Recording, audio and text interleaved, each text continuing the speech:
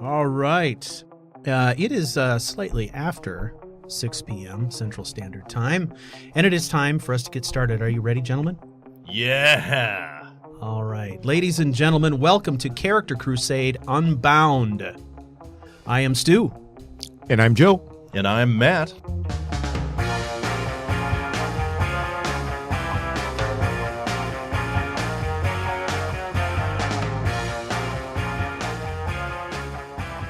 This is the very first episode of Character Crusade Unbound. We are extremely happy to be back as a team doing a podcast again. This is going to be a lot of fun, and I think this particular concept is going to be a lot of fun as well. I think this is right up our alley, and the best thing of all is that you all get to play along, so it should be a lot of fun. We are going to get started here pretty quick. A couple of things that we want to do at the top of the show.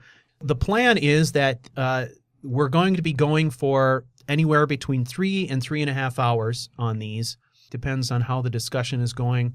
The first 2/3 of the show is going to be about updates on our characters, discussions of role play, discussions of where we are in the overall process for how this is all working.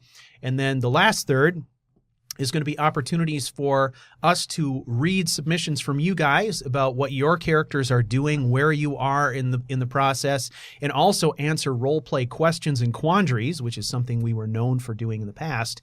We are going to start doing that again. Now, in order to keep this organized, and because we are only going to have, somewhere between an hour and an hour and a half to answer these in the episodes going forward, we will only be accepting submissions via the form. We've created a form specifically for this purpose. You can find it by going to unbound.charactercrusade.com. We have set a character limit there. You can enter as much as you want into the form, but our official character count is 300 characters. Think of it like a Twitter post. If you are going to be sending us an update on what your character is doing, what the high points are, or you're going to be sending us a question, you've got to try and fit it into 300 characters. That is the only way we'll ever keep this manageable. Brevity. The number of the character shall not be 301. It shall not be 302. It shall be no more than 300. Yeah, the other thing to mention here is if you are new to this channel, if you're new to this whole thing, we're going to be talking a lot tonight about creating a character, getting started. And I guess I would encourage, I'm going to leave this message for posterity. We'll do a little time travel here.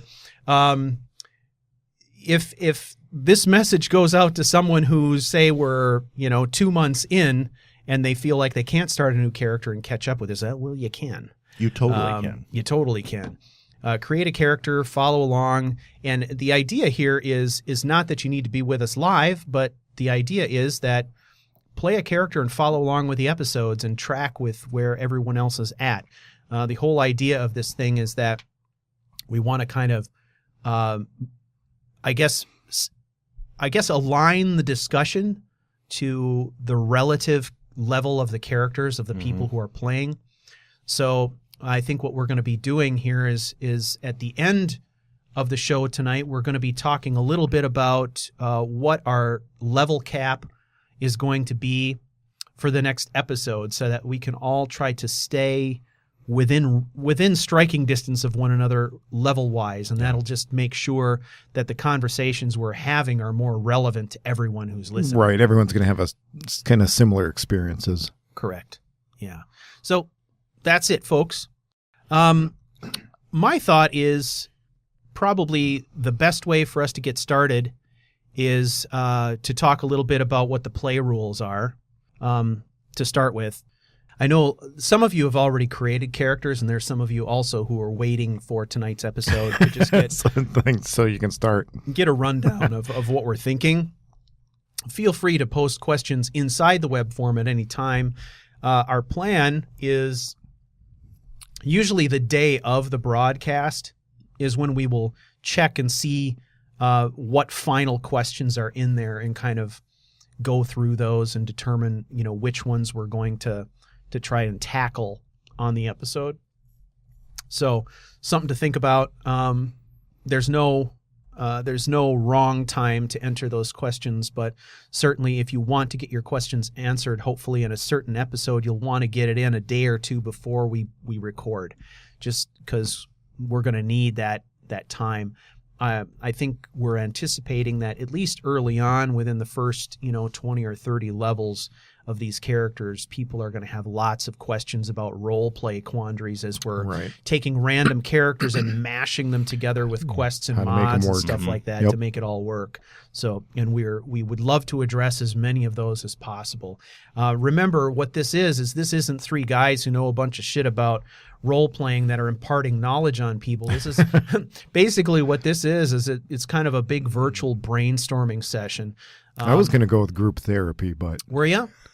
That might be that does it too. Appropriate.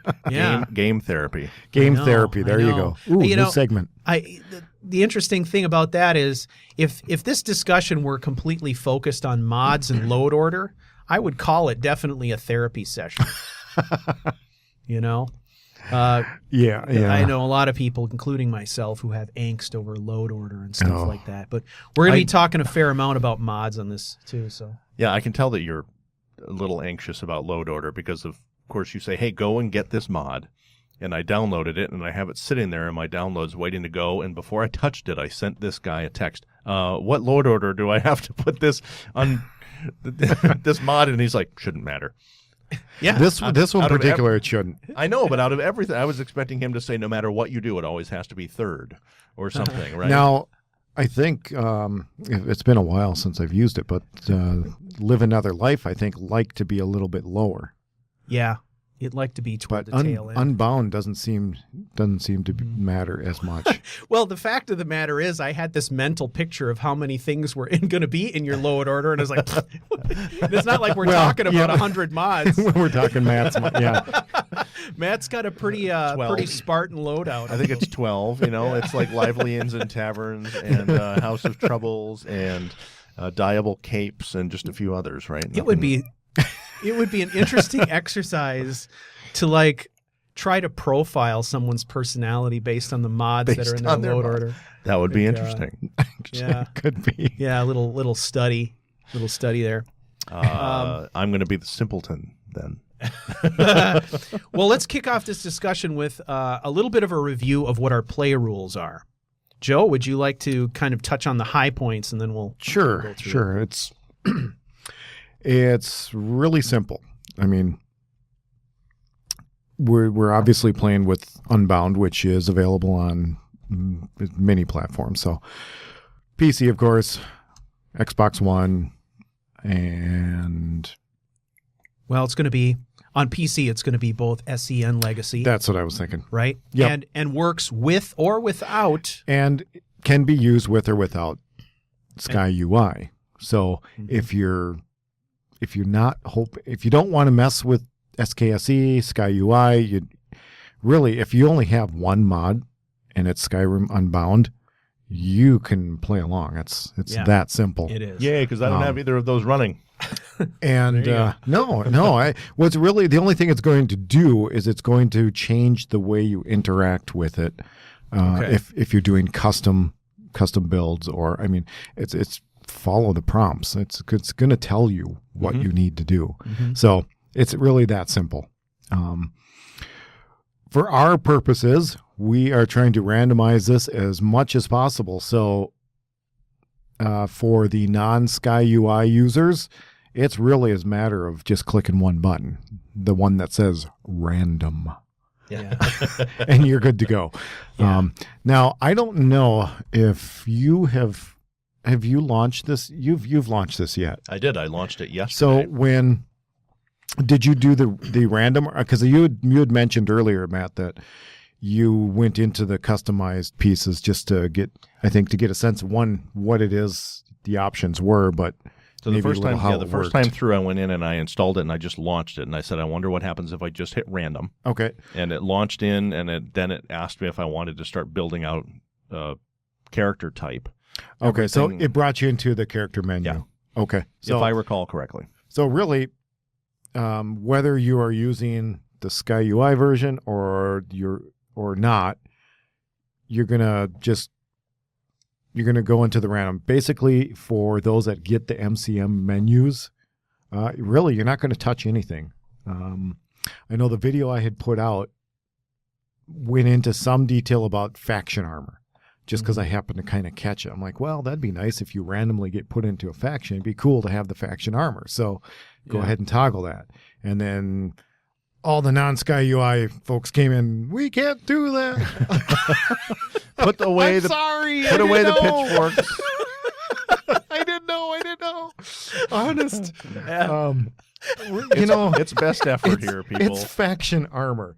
It's not going to make or break the thing. So I keep going back to, do we need, required 4K tree bark or if your machine can handle it, great. Mine can if it's printed on the outside, not while I'm playing. Would your assessment be that since the faction armor is only available to some of us, that we should just cancel this whole concept and go about our business? Or should we continue?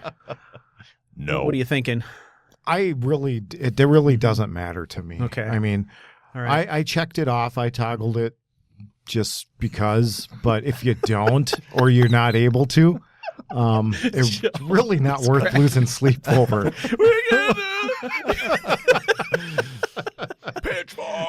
I may have been a little overemphasizing that, but okay. Strudel says faction armor gets put on you even if you don't have Sky UI.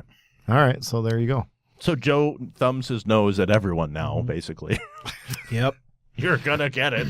All right, so otherwise, as far as the MCM goes, just go through and accept the defaults and launch the game. That's really that. Then it's going to bring you into the character creation, the race menu, and all that. Just like it. What are you going on about? He said too much. Cracked me sandwich. up. Obviously, I struck a chord. He was really sensitive about it. It was funny, man. So that's really the rule sets. Accept all the defaults and let the mod build out your character for you, with the exception of what are you doing? Cooling off.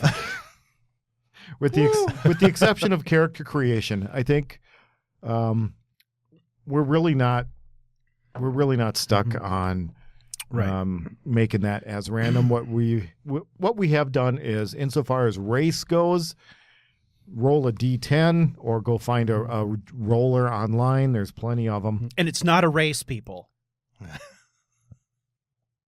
Well, sorry. You don't have to do it fast. Wrong context. No. That's Sorry. Mine first. You asked me to go over the rules. I did. I'm sorry. Did you put a quarter in him or something? Because he is really wound up. Yeah, these aren't even the high content. Yeah, I haven't even hit the Voodoo Ranger yet, which is in the fridge. So race, roll a D10. You can roll it up to 3 times and pick what one calls to you out of those 3. Okay. That's about as random as race gets. If you want to modify the looks, it's your game. Have fun with it. Yeah. Is there a complete character randomizer? I don't want to pick any of my character features or face or any. Oh, you mean just how they look? Yeah.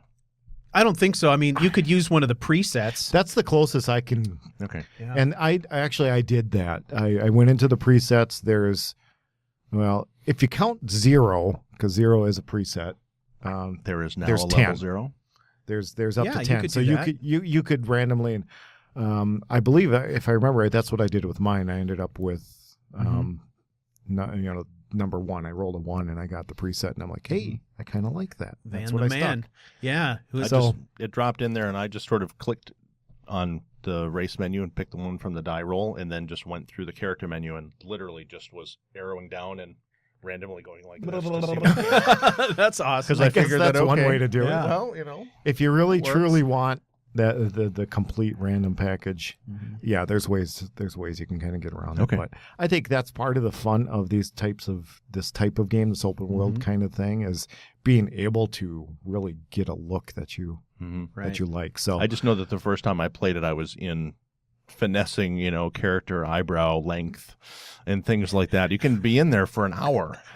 Did you see my video. Yes. I actually did have to. He had to speed it up while he Speed it went up. through eyebrows, I I think did. specifically. I sped that up to like X16 See the eyebrows. because it was just so ridiculous. But Yeah. Nice. I want this one. Number 1 or number 2? Number 1 or number 2? Just ridiculous. Someone just got an eye exam recently. It was a couple months ago, but I did just get my new specs. Number 3 or number 4? Yeah. Number 5 or number 6? So, They're all looking the same. in a nutshell, accept the defaults and Yeah. build the character how you want them to look, and All right. launch the game and see what happens. If I remember reading on Discord right, I think it was Packet Loss who Has had just joined us. just the most difficult start ever. Really? I've got nothing. I've got no weapons. I've got no spells. I'm in rags, Yeah. which is part of this exercise. And Yeah. that's the fun part. Yeah. So Think about how satisfying it'll be when he hits like level 10 and thinks of where he's come from. oh yeah, Yeah. Rags to riches. That's right. literally. Or just So- rags to britches would probably be okay. just Yeah. want something, man. Just pants. All I want is some pants. Knickers will be fine. Can I use those shoes? Can I have those shoes? Yeah. Yeah. So, That's one of my favorite that things shoes. about low level, is just figuring out, where everything is so special at low level. Like, you kill a bandit with fur shoes and you're like, give me those shoes, friggin' shoes. And then I later, need the wooden sword. later on, you're like, oh, these fucking shoes are everywhere. Is that a wooden club? Give me that. I'm going to dual wield wooden clubs. It's going to be great. That would be awesome. Be like Rambo stick fighting. Yeah. Awesome. All right. Well, it's pretty simple, folks. If you want the full layout, again, go to unbound.charactercrusade.com. All the details are there, along with resources you need. Joe's video, links to the mods on Nexus. There's even a link to an online die roller if you need to roll a 10-sided and aren't nerdy like us and actually have real dice. Or 15 sets of them. Or 15 sets of them, yes. So feel free to go out there and do that. Of course, that is also the same place where you will find the submission form. Yep. Yes. Okay. Yeah, and I guess if there's any questions, throw them in Discord. We'll find them. All right. Sounds good. So that brings us to the next portion of our show, which is to actually talk about characters.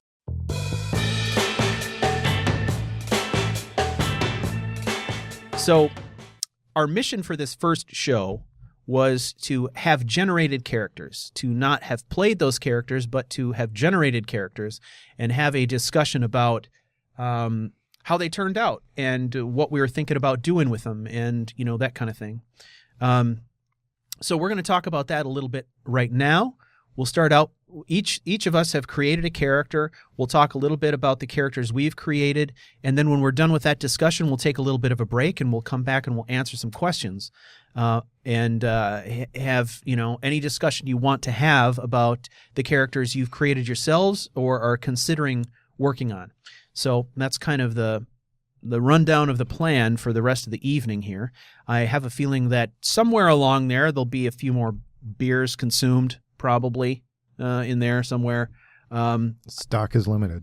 Yeah, it is. Is it? Oh, dang. Unlimited. So let's hear from Matt. What do you want think? to hear?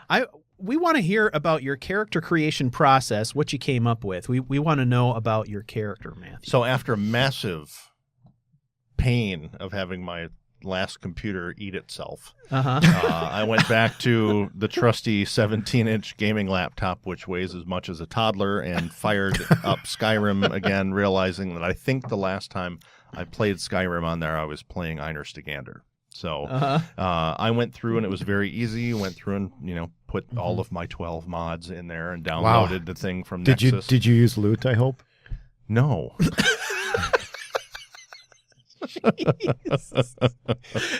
What a dick. Trying to make things as hard as possible. So I went through and I didn't know what to expect because I've never used the Unbound mod. So Here's all my screenshots. Skyrim Unbound. Do you wish to choose random or customize? So I chose customize, of course, after I picked random once, and it didn't give me any cool options. So then I could do my character loadout. I could do my starting outfit, right? I mean, I like the fact that it gives you some real simple things here. You choose your headgear and your starting weapons. Did you choose all those things? Let me tell you what I chose, just so that you know what's going on. Character loadout, customize, starting outfit. I hit armor because I had no idea what else it was going to give me, and because as a terrible player showing up in a loincloth, I couldn't just choose rags. So headgear, I chose default, which I have no idea what it actually is yet because I haven't seen my character yet. Starting weapons, I didn't want random because generally I have no idea what it is I'm going to do. So I picked dagger because I figured it was barely anything, but I didn't want to be walking around, sort of weapon naked, if you know what I mean. Okay. Magic, I hit no magic. Okay. And there's one reason for that, because I desperately need help with the magic. Because if I start with a crap ton of magic and I don't ever use it like I do with all my other characters, it's still going to do me no good. So I can guarantee you will never start this game with a crap ton of magic. Okay. All right. There we go. Dragons and Dragon Souls, I hit customize. Dragon Spawns, I hit level delay. This really isn't so random. I just kind of was choosing stuff. No, it's not, kind of the opposite of random, but never having played this before, whatever. So Dragon Souls, no non-Dragonborn shouts, starting location. See, I hit random. I finally hit random. Oh, okay. So based on my die roll at home, I got a high elf. Far out, man. And it dropped. Put the emphasis on the wrong syllable there. What did I say? I said high elf. High elf? I said hi, elf. Hi, elf. And then because I couldn't snap the picture fast enough, I don't know what I've discovered. Oh, Jesus Christ. I've discovered something. What is that? I don't know what it is. I've discovered something. You've discovered you're alive. Something Aston is what it is. Is all it says. Aston Martin? I've discovered an Aston Martin. So I don't know. Not knowing, I don't think that I've ever had a high elf character. You know what? I think he's appeared in Karthwaste, and that's what it is. Is that a good or a bad thing? Look at the mountains behind him. That's like he's in Karthwasten. It's a mining camp kind of a thing. Little village. It's not far from Markarth. Okay. Yeah.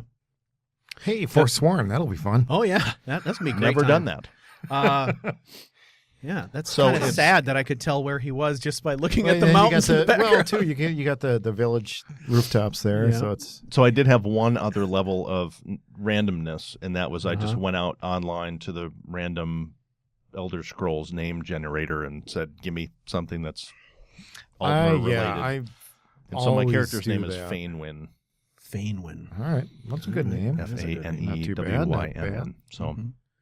Other than that, no ability. I didn't look at anything. I created the character, took a couple of terrible screenshots, and turned it off.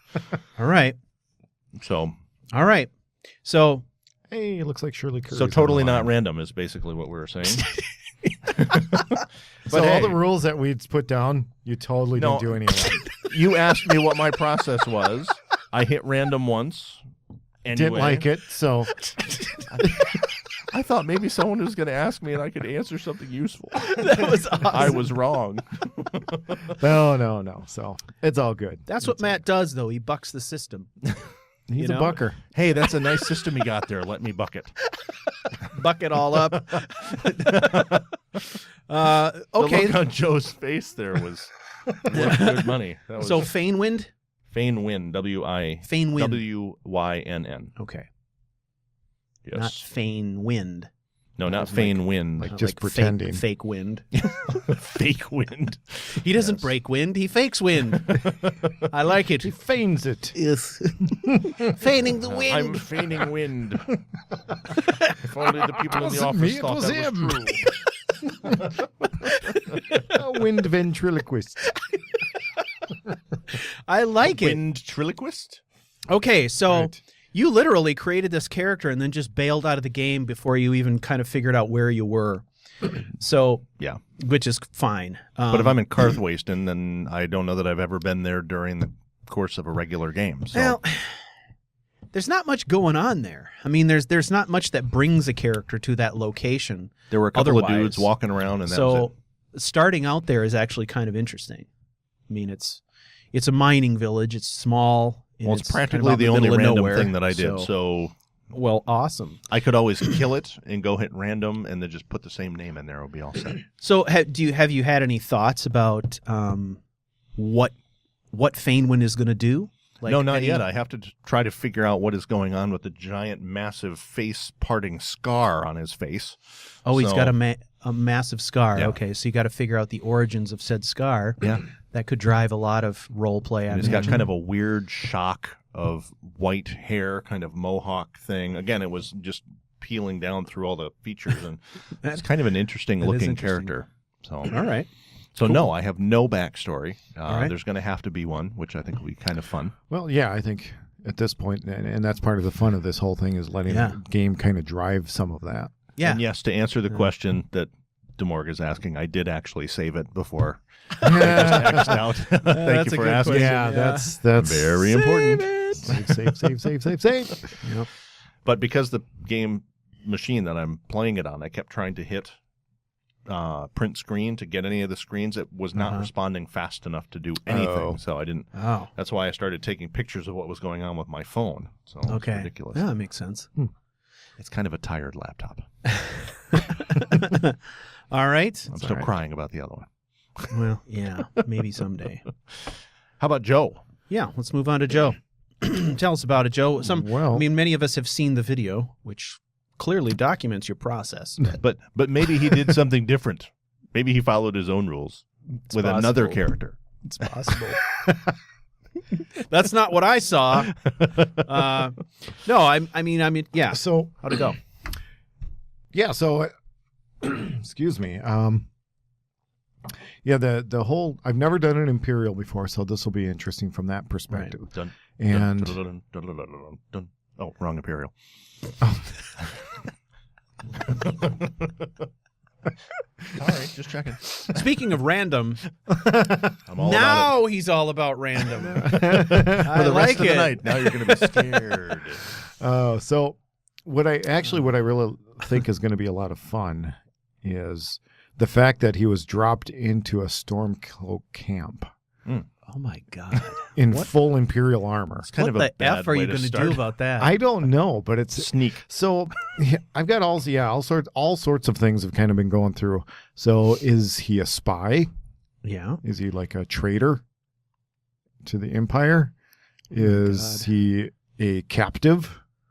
Did he barter a deal? Did he come across the camp by accident? It's just cosplay. Yeah. Imperial cost. At this point, nobody is like aggressive to him.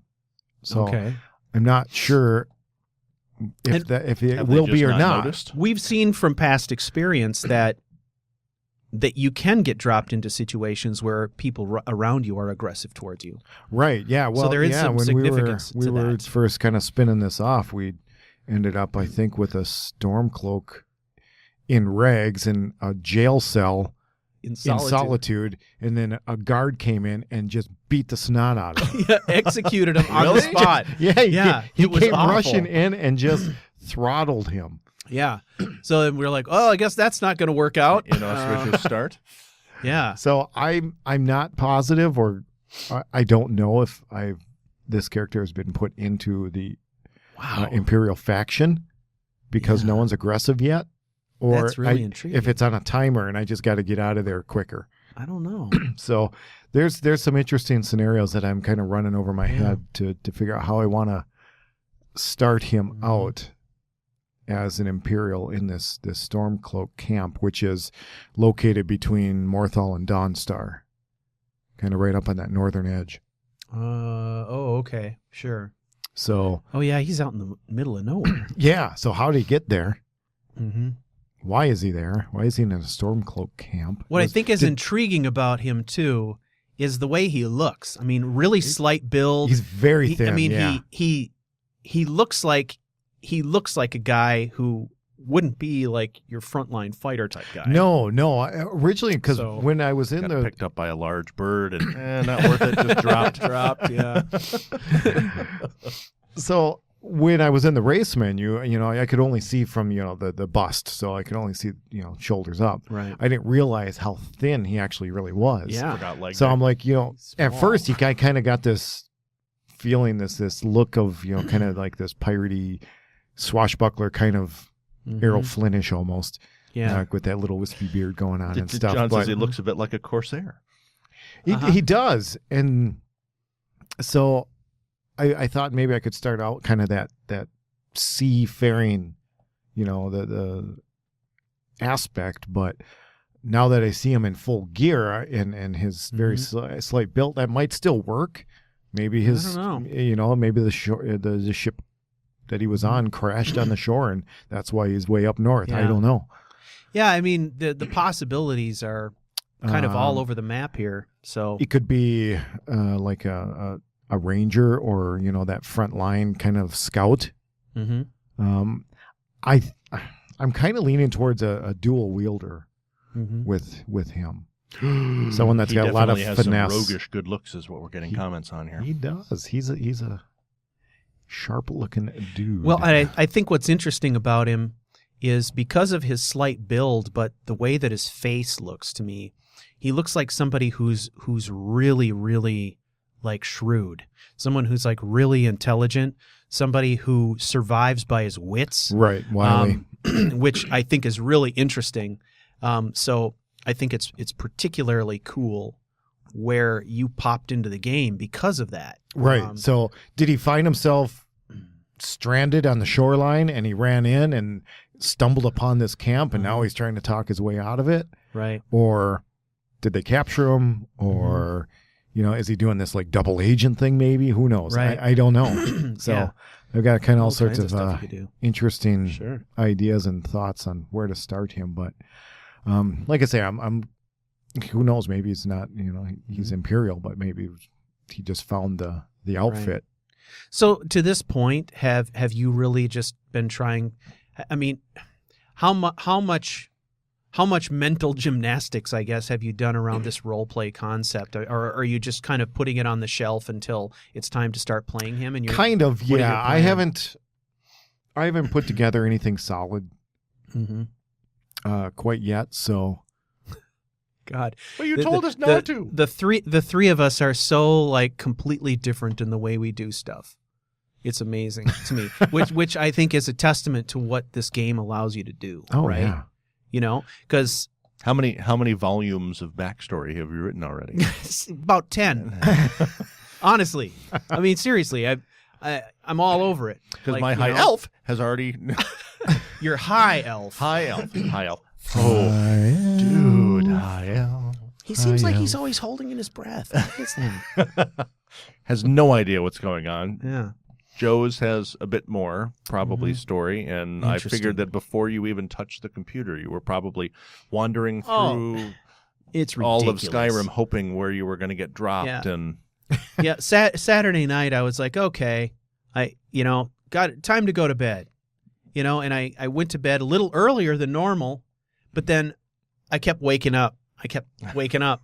And I'd pick up the phone, do a little bit of research, then try to go back to sleep, and then no, wait, there's another idea buzzing. Pretty soon it was like 2:30, and I had to be at work on Sunday morning, and so I went into work just like my eyes all pasty, and I'm like, oh, God damn it, God, fucking Elder Scrolls, but I don't know. I think it's really fascinating. What I like about this concept, and is just the idea that we talk a lot on the podcast previously about how it's fun to kind of strike this balance between planning something out versus letting the game just kind of steer you along. Right? And my favorite part of any character concept is always that beginning, the first 10 levels. Like Lot kind of fleshes out. Right, where you've got some concepts in mind, but nothing is locked in yet. Right. And that's where there's just tons of magic, right? And I think that's what's exciting about this whole project is that's So, kind of yeah. where we're at right now. I think with that's everyone. probably where I'll start going Yeah. here real quick, probably even tomorrow, and just start Mhm. putting down some backstory so I can Mhm. give a little more meat to what Right. what this character is actually going to do, where he's at, Mhm. and why. So when you created the character, they drop you into this Stormcloak camp. Mm-hmm. Did you wander around the camp at all, or did you just basically save and shut down right there? More or less, yeah. Okay.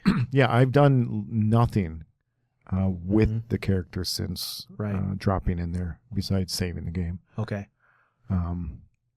I went in and got some, captures and stuff like that, but no, Mhm. I didn't really. I did go out and engage one of the Stormcloaks just out of curiosity to see if they would attack, and they didn't. So outside of that, no, I haven't done anything else. Yeah. So, That's going to be a really cool roll of the dice. it should be a lot of fun to see how it comes So, together. what kinds of things do you think? I mean, when you're going in there and you're thinking about, okay, I'm going to just kind of soak in what's in the environment around me and start crafting some ideas of backstory based on these things. What kinds of things are you looking at? What kinds of things are you going to be paying attention to besides just the obvious stuff like, well, okay, there's the questions presented by why is he dressed like an Imperial? Why Mhm. is he an Imperial in a Right. Stormcloak camp? Yep. Right, That is, that's the elephant in the room, obviously. So far away from everything. But right. what other things do you think you would key off of to learn more about who he is as an individual? I think you would probably start more or less getting his bearings. Where did he end up? Right. So we're going to start looking at what kind of dialogue presents itself to get an idea of surrounding towns. And now if I continue with the seafarer type of concept, there's a chance he's going to know something about the coastline. Maybe they were heading to Solitude for some reason. Right. And something happened, and now he's here. So he might know he's close, but not exactly where. Sure. So that'll probably be one of the first things. Where am I? Right. And then his inventory is rather Sparse. lean Yeah. outside of the armor set. Did he really have doesn't- weapons? He's got one. He's got an iron sword. Okay. And yeah, I saw He's the got an iron in one sword of those and pictures. a shield, a hide shield. So Okay. as far as weapon set and armor set goes, he's actually in a pretty good position. Right. So he should be able to defend himself fairly well. But he doesn't have any cold weather gear by any means. He doesn't have It's crazy, right? any kind of food supply that's in Mhm. any kind of lasting. So Sure. it's all going to be about survival at this point. Yeah, it's interesting. I think one of the coolest exercises about doing this is deconstructing, right? Where you're saying, okay, he's here. How the F did he get here? Right. And why is he here with no cold weather gear? Well, that's a fun thing to try to figure out, right? Right. Why is he here with no food to speak of? That's an interesting thing to figure out. And there's probably 20 different answers to each of those questions, but where it gets interesting is as you kind of answer all these different questions, how they how they dovetail together and kind of start to build a story. What kind of events happen. Yeah. So, as far as that kind of stuff goes, what that kind of tells me is that wherever he came from, he left hastily. Yeah. He didn't have That's a lot reasonable. of time to grab anything. Right. So, Stormcloaks or not, be damned, I'm going to freeze if I don't find something. Yeah. So Right. there's smoke on the horizon. Go I'm fit going in there. somewhere. Yeah. Right. Yeah. Or I mean, it could be all kinds of different scenarios. Like, maybe he is a double agent, or maybe the Stormcloak snatched him from somewhere. Right, Basically, it's like a kidnapping That's where what they I thought was they, going to they be a good idea. yank him out of his bed in the middle of the night, or whatever. Who knows? Yeah, that's Um, another good option. Wow. And then why? That is especially if they're not attacking you start. right now. I mean, I Right, like right. the idea of right. So this guy's all alone. if he was kidnapped, let's extract knowledge. From why him. did they do that? There's obviously a bigger plan in place. So what is that? What do they want from him? They're going to require that you become a double. That'll be that that'll could be next. that could be an option too. You've so. been brainwashed for the last few weeks, and now you've been put into a harrowing situation. Yeah, I don't know. So, I guess we're just going to play it out. I'm going to start thinking about some background, and which means I'll have to do a little bit of research on imperial culture and stuff like that, and all that stuff.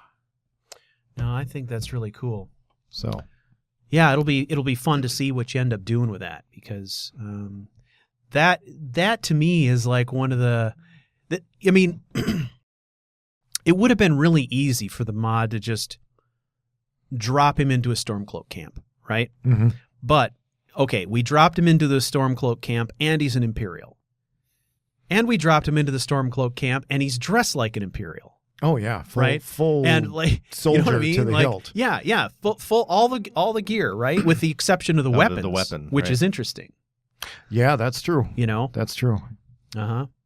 And you can use the most minute things in this game to kick off some kind of clue, you know, as to what he looks what like it an is. Imperial, but he's really a level 100 mage or something. Oh, just kidding. Yeah. Or I mean, it's crazy. Like maybe he is a swashbuckler, you know? Maybe he maybe he dressed as an Imperial and came into Dawnstar because he was, you know, he was trying to pull one over on a quartermaster or something like that and get away with a whole bunch of gear using false coins and then get snatched up by Stormcloaks or, you know, whatever. Like he could be in the middle of a big hustle and that goes sour, you know, or who knows what. That'll be interesting. Running from a jilted lover. There you go. That could be too. You never know. All of the above. Yeah. A jilted quartermaster. I mean, come on. Yeah, jilted quartermaster. You don't want to mess with them. No. Yeah, they're the ones that pay your wages. You don't want to jilt the quartermaster. Keep you fed. Yeah, that's cool. Well, that'll be interesting. Yeah. So, EG made it. Venistus Vesician. You can't be a reporting for swashbuckler if duty. you don't have a buckler. Well, I'll Depends just on be how a you swash swash. then. You just be a swash. I have to find a swash curved sword A curved sword for your swash. so I can swash. I'll worry about the buckler later. That's right. No, I like it. It's got a lot of promise. It'll be fun. Yeah, cool. So volume 1 of Stu's character is... Well, so I did the random thing, and the race that I rolled was Redguard, and that was kind of exciting. I'm excited about the idea of playing a Redguard. What was interesting is it dropped me into a kind of a weird place. So in the middle of the wastelands of Eastmarch, Okay. there's the road. There's the road that kind of runs through the wasteland there, and you end up in Kynesgrove, right? Yep. Shortly before you get to Kynesgrove, there's a little spot on the road where you come by that giant camp, and you find a smashed cart there with a dead Khajiit, right? Yeah. So The setup. yeah, the setup. Yeah, if you're playing with what is it? Interesting NPCs. Oh, is that from Interesting? You know, I've had it in my load for so long. Yeah, that I know. I don't know what's what. If you're not using interesting NPCs, basically what you find is a dead Khajiit and a busted up cart and some loot. Okay.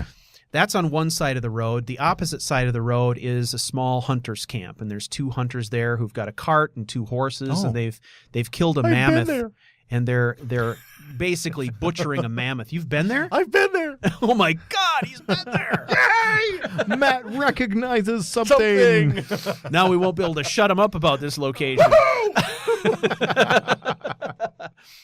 So, essentially, what happened is it drops me just off the road on the side of the road where these hunters are, Okay. and he's basically got a dagger and some kind of illusionist staff. Okay. And then he's dressed in all fine clothing. And super useful. yeah, super useful. And I was confused by it because it's like kind of all over the map, because the default standing stone that he had was the Thieves' Guardian Stone. So I'm like, what is this guy, man? Is he a fighter? Is he a mage? Is he a thief? What the F Real is identity going on, problem. right? So what that did is that, well, obviously because he's a red guard, there's a fairly rich history and lore where the red guards are concerned. So I went and started digging around in that a little bit to figure out what was what. One of the things that you learn when you take a look at red guard lore is that traditionally the Yokudans as a race have kind of shy away from magic. They're not known for being avid practitioners of magic. They're primarily considered to be a warrior culture. And so that made me kind of systematically go through what he had on him and start putting pieces together. The first thing I thought is, okay, the staff is not his. The staff is someone else's. Okay. And he's either been tasked with delivering the staff, or it's fallen into his possession in some other way. So what that did is that steered me more the direction of a warrior. Okay. Yep. The fact that he was dressed in fine clothes and was equipped with nothing but a dagger kind of led me down this road of thinking, perhaps he comes to Skyrim in the guise of a merchant. And then I sort of started putting the pieces together where the location was concerned then, and thinking, okay, we've got a Khajiit and a smashed cart. Perhaps he's traveling with this Khajiit. They get attacked. The Khajiit is killed. The cart's destroyed. The hunters pull him to safety. Yep. Having killed the mammoth that perhaps charged and smashed the cart. Sure. Right? And there he is. Right? So that was kind of how I put those pieces together. And I think that was just reinforced because I looked up and down the road, and then here came the Khajiit caravan headed for Windhelm. Oh, And perfect. they're walking right by, and I'm like, okay, That that makes sense, right? Like, right. So, he's got no weapons to speak of. He's supposed to be, but he's a warrior. So for me, that was kind of like, okay, guys sort of traveling in disguise. And that's kind of how I glued together the basics of what I was thinking of doing. Because it really is a desolate location. There's really not much going on there. So I really had to kind of do a 360, look all around me at what little was there and figure out how I was going to glue all that together. And that's what I came up with. Well, yeah, bringing that ruined cart and Khajiit and all that in. Right. I think it just it works really well. Right. Especially if that's he's dressed like the merchant, so he has outwardly he looks like that's where he would have been. Yep. And this Khajiit is helping him, or was, or whatever. Yeah. I like it a lot. I was having wondering the what you had hunters against the Khajiit.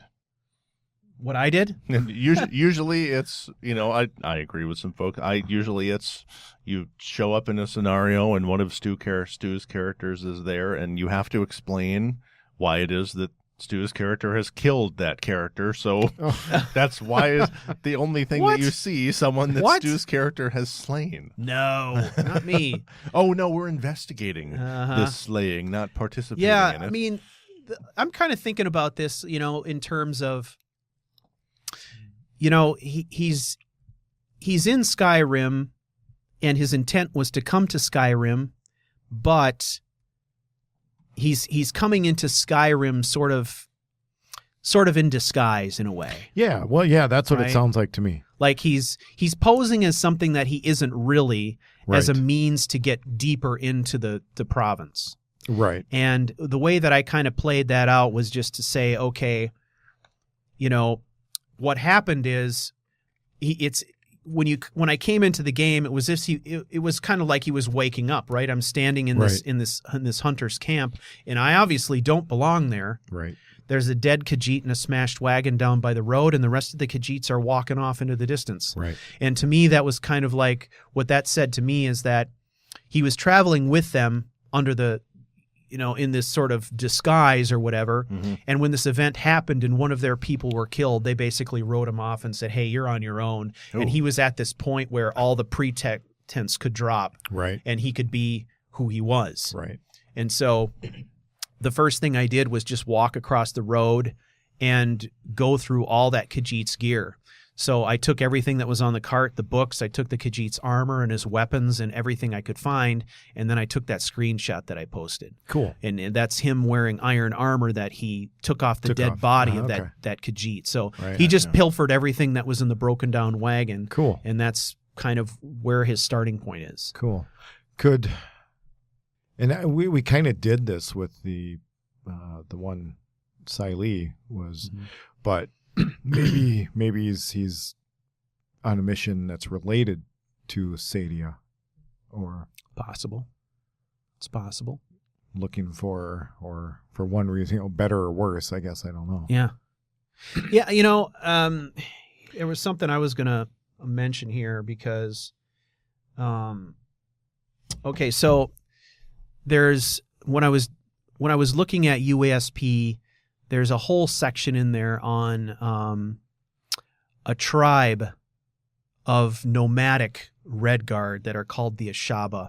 Oh. And they're really the only people in Red Guard society who actually will kill the undead.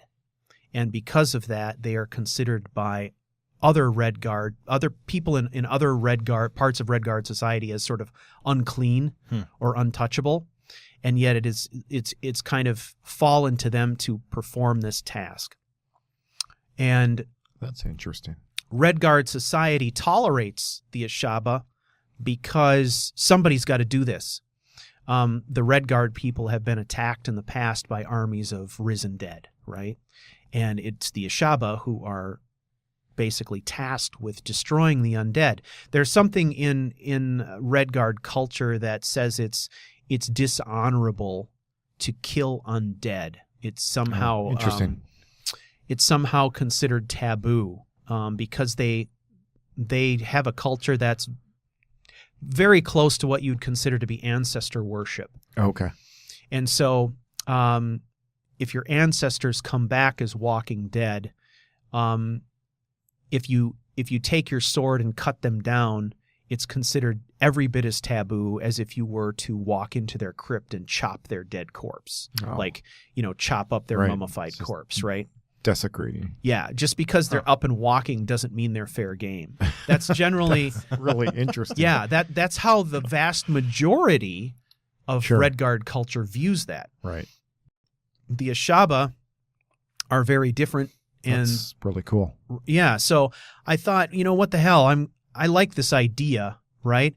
And so when I created the character, I tried to create facial features that made him look like he was mixed race. Right. I know you had mentioned some of that on your post about him a little bit. That technically he's not, but that's how you're going to try to play him. I gave him elven features, so it looks like he's a mixed race Red Guard and high elf. So he's got some slightly golden skin tones. He's got slightly pointed ears and almond shaped eyes, but he's got predominantly the features of a Red Guard. And I made his hair. He's got his hair braided in cornrows, but it's golden. His hair is kind of golden in color. Okay. And I thought, what if we had a scenario where his mother was like an Ashaba priestess, and she decided that she was going to set out to create a child that was better able to handle the demands that are placed on the Ashaba. Because even the Ashaba aren't heavy magic users. Right. They're fighters. So my thought was that, she's this kind of serious, sort of self-assured priestess who decides she is going to seek out an elven man, and she is going to have a child with this man, whether he likes it or not. And that is her plan, right? She wants her child to have elven blood, and she's got her own reasons for that. And so that's what she does. And so you've got this mixed race child, and her hope is that he will be better equipped with some, not magic, but innate abilities that will allow him to deal with this lifestyle. Right. And then when she passes on, he's left trying to figure out exactly what he's going to do. And somehow that leads to this trip to Skyrim. I haven't decided what the circumstances of that are yet. Right. But that's kind of my thought around that. And that's why I kind of gave him that moniker of Deadblade. I'm not saying that that's his actual last name. I'm saying that that is something that he either does or will eventually refer to himself as. It's more of a moniker. Right. Right. So that's kind of where I'm how I'm gluing it all together at the moment. So some of it has to do with the immediate surroundings and then figuring out how to tie that in with some essential lore pieces. And I've got some particular thoughts about how he's going to relate when it comes to things like gods and worship. Right. I think he's probably going to have an affinity towards RK. Okay. I think that places of significance for him are going to be houses of the dead and cemeteries. I think he's going to be a person who's spiritual and probably prays regularly, things like that. Possibly a Murdia in possibly, his yeah. games, that could be possibly be in his playthrough. Future as well. I don't know. Maybe well, this will be the have one character who actually accepts the beacon for once, rather than just like, I ain't I didn't see touching that. I ain't touching that. Yeah, I made the mistake of doing that. I hate that thing. Yeah. You know what? I like Meridia. I like the whole idea. I think what I resent is just the ham-fisted way that, let's boom, start this quest. Boom. You have no choice. Yeah. Like it's just it's not great storytelling, but no, well, yeah, there's a little bit of that going on. Yeah. In the game overall. That's true. That's true. Which is why we're here to help. That's right. Sprinkle a little spice into that. A new hand touches the beacon. A new hand touches the beacon. I gotta say, creating this character was a lot of fun. Just like taking my time to messing around in there, trying to get the features right, because I was coming up with ideas about who he could be as a person at the same time I was creating him. But then once I got in the game and some of these things started to solidify, then I went back into the character creator and started making a few tweaks. Right. Because I thought, okay, these are the things that would be more appropriate based on what I know. Right. That's really cool. Good. That's really cool. Yeah. So yeah, I mean, you definitely let kind of some backstory drive the appearance a little bit, where Matt went through and just kind of button mashed the appearance. Yeah. Yep. Right and down. I kind of let the mod do it all. Yeah. So three different. You followed your instructions. I did follow my instructions. Well, no, because as far as visuals go, we are fairly open ended on how you want your character to look. Mm-hmm. Yeah. So. No, because I mean, you got to play it. Really you got to play the character, so you might as well enjoy it. I still think that if either of you were just given a completely random character and dropped in a random place with random weapons, that you'd still come up with a story that would far exceed anything that I could come up with, unless I was I don't know, dropping acid or something. So. I don't know. Yeah, I think you're fine. Well, I mean, we'll see how it'll be interesting to see how it all plays out. The Yokudans are fascinating, because they have such a rich history of in all kinds of areas. The Yokuda, I think what's cool about them too is they have their own gods, which have certain equivalents, right, to the imperial gods. But one of the more important gods in their pantheon is a god called Tuwaka, which is kind of a maps to RK. Okay, yep. in a lot of ways.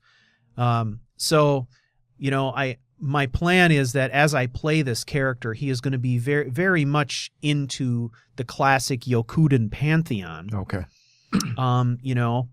And rather than going to, typical, shrines and houses of worship, he's going to focus on those areas that would, I think, be more of a draw to that god, as opposed to, like going to Solitude, right. going to Solitude and going to a temple. Right. He would be very interested in the houses of the dead, which for RK are obviously of major significance. Right. But beyond that, given the focus of that god in particular, this idea of, life and death and all that kind of stuff, I think he could, there's so many places that he could go.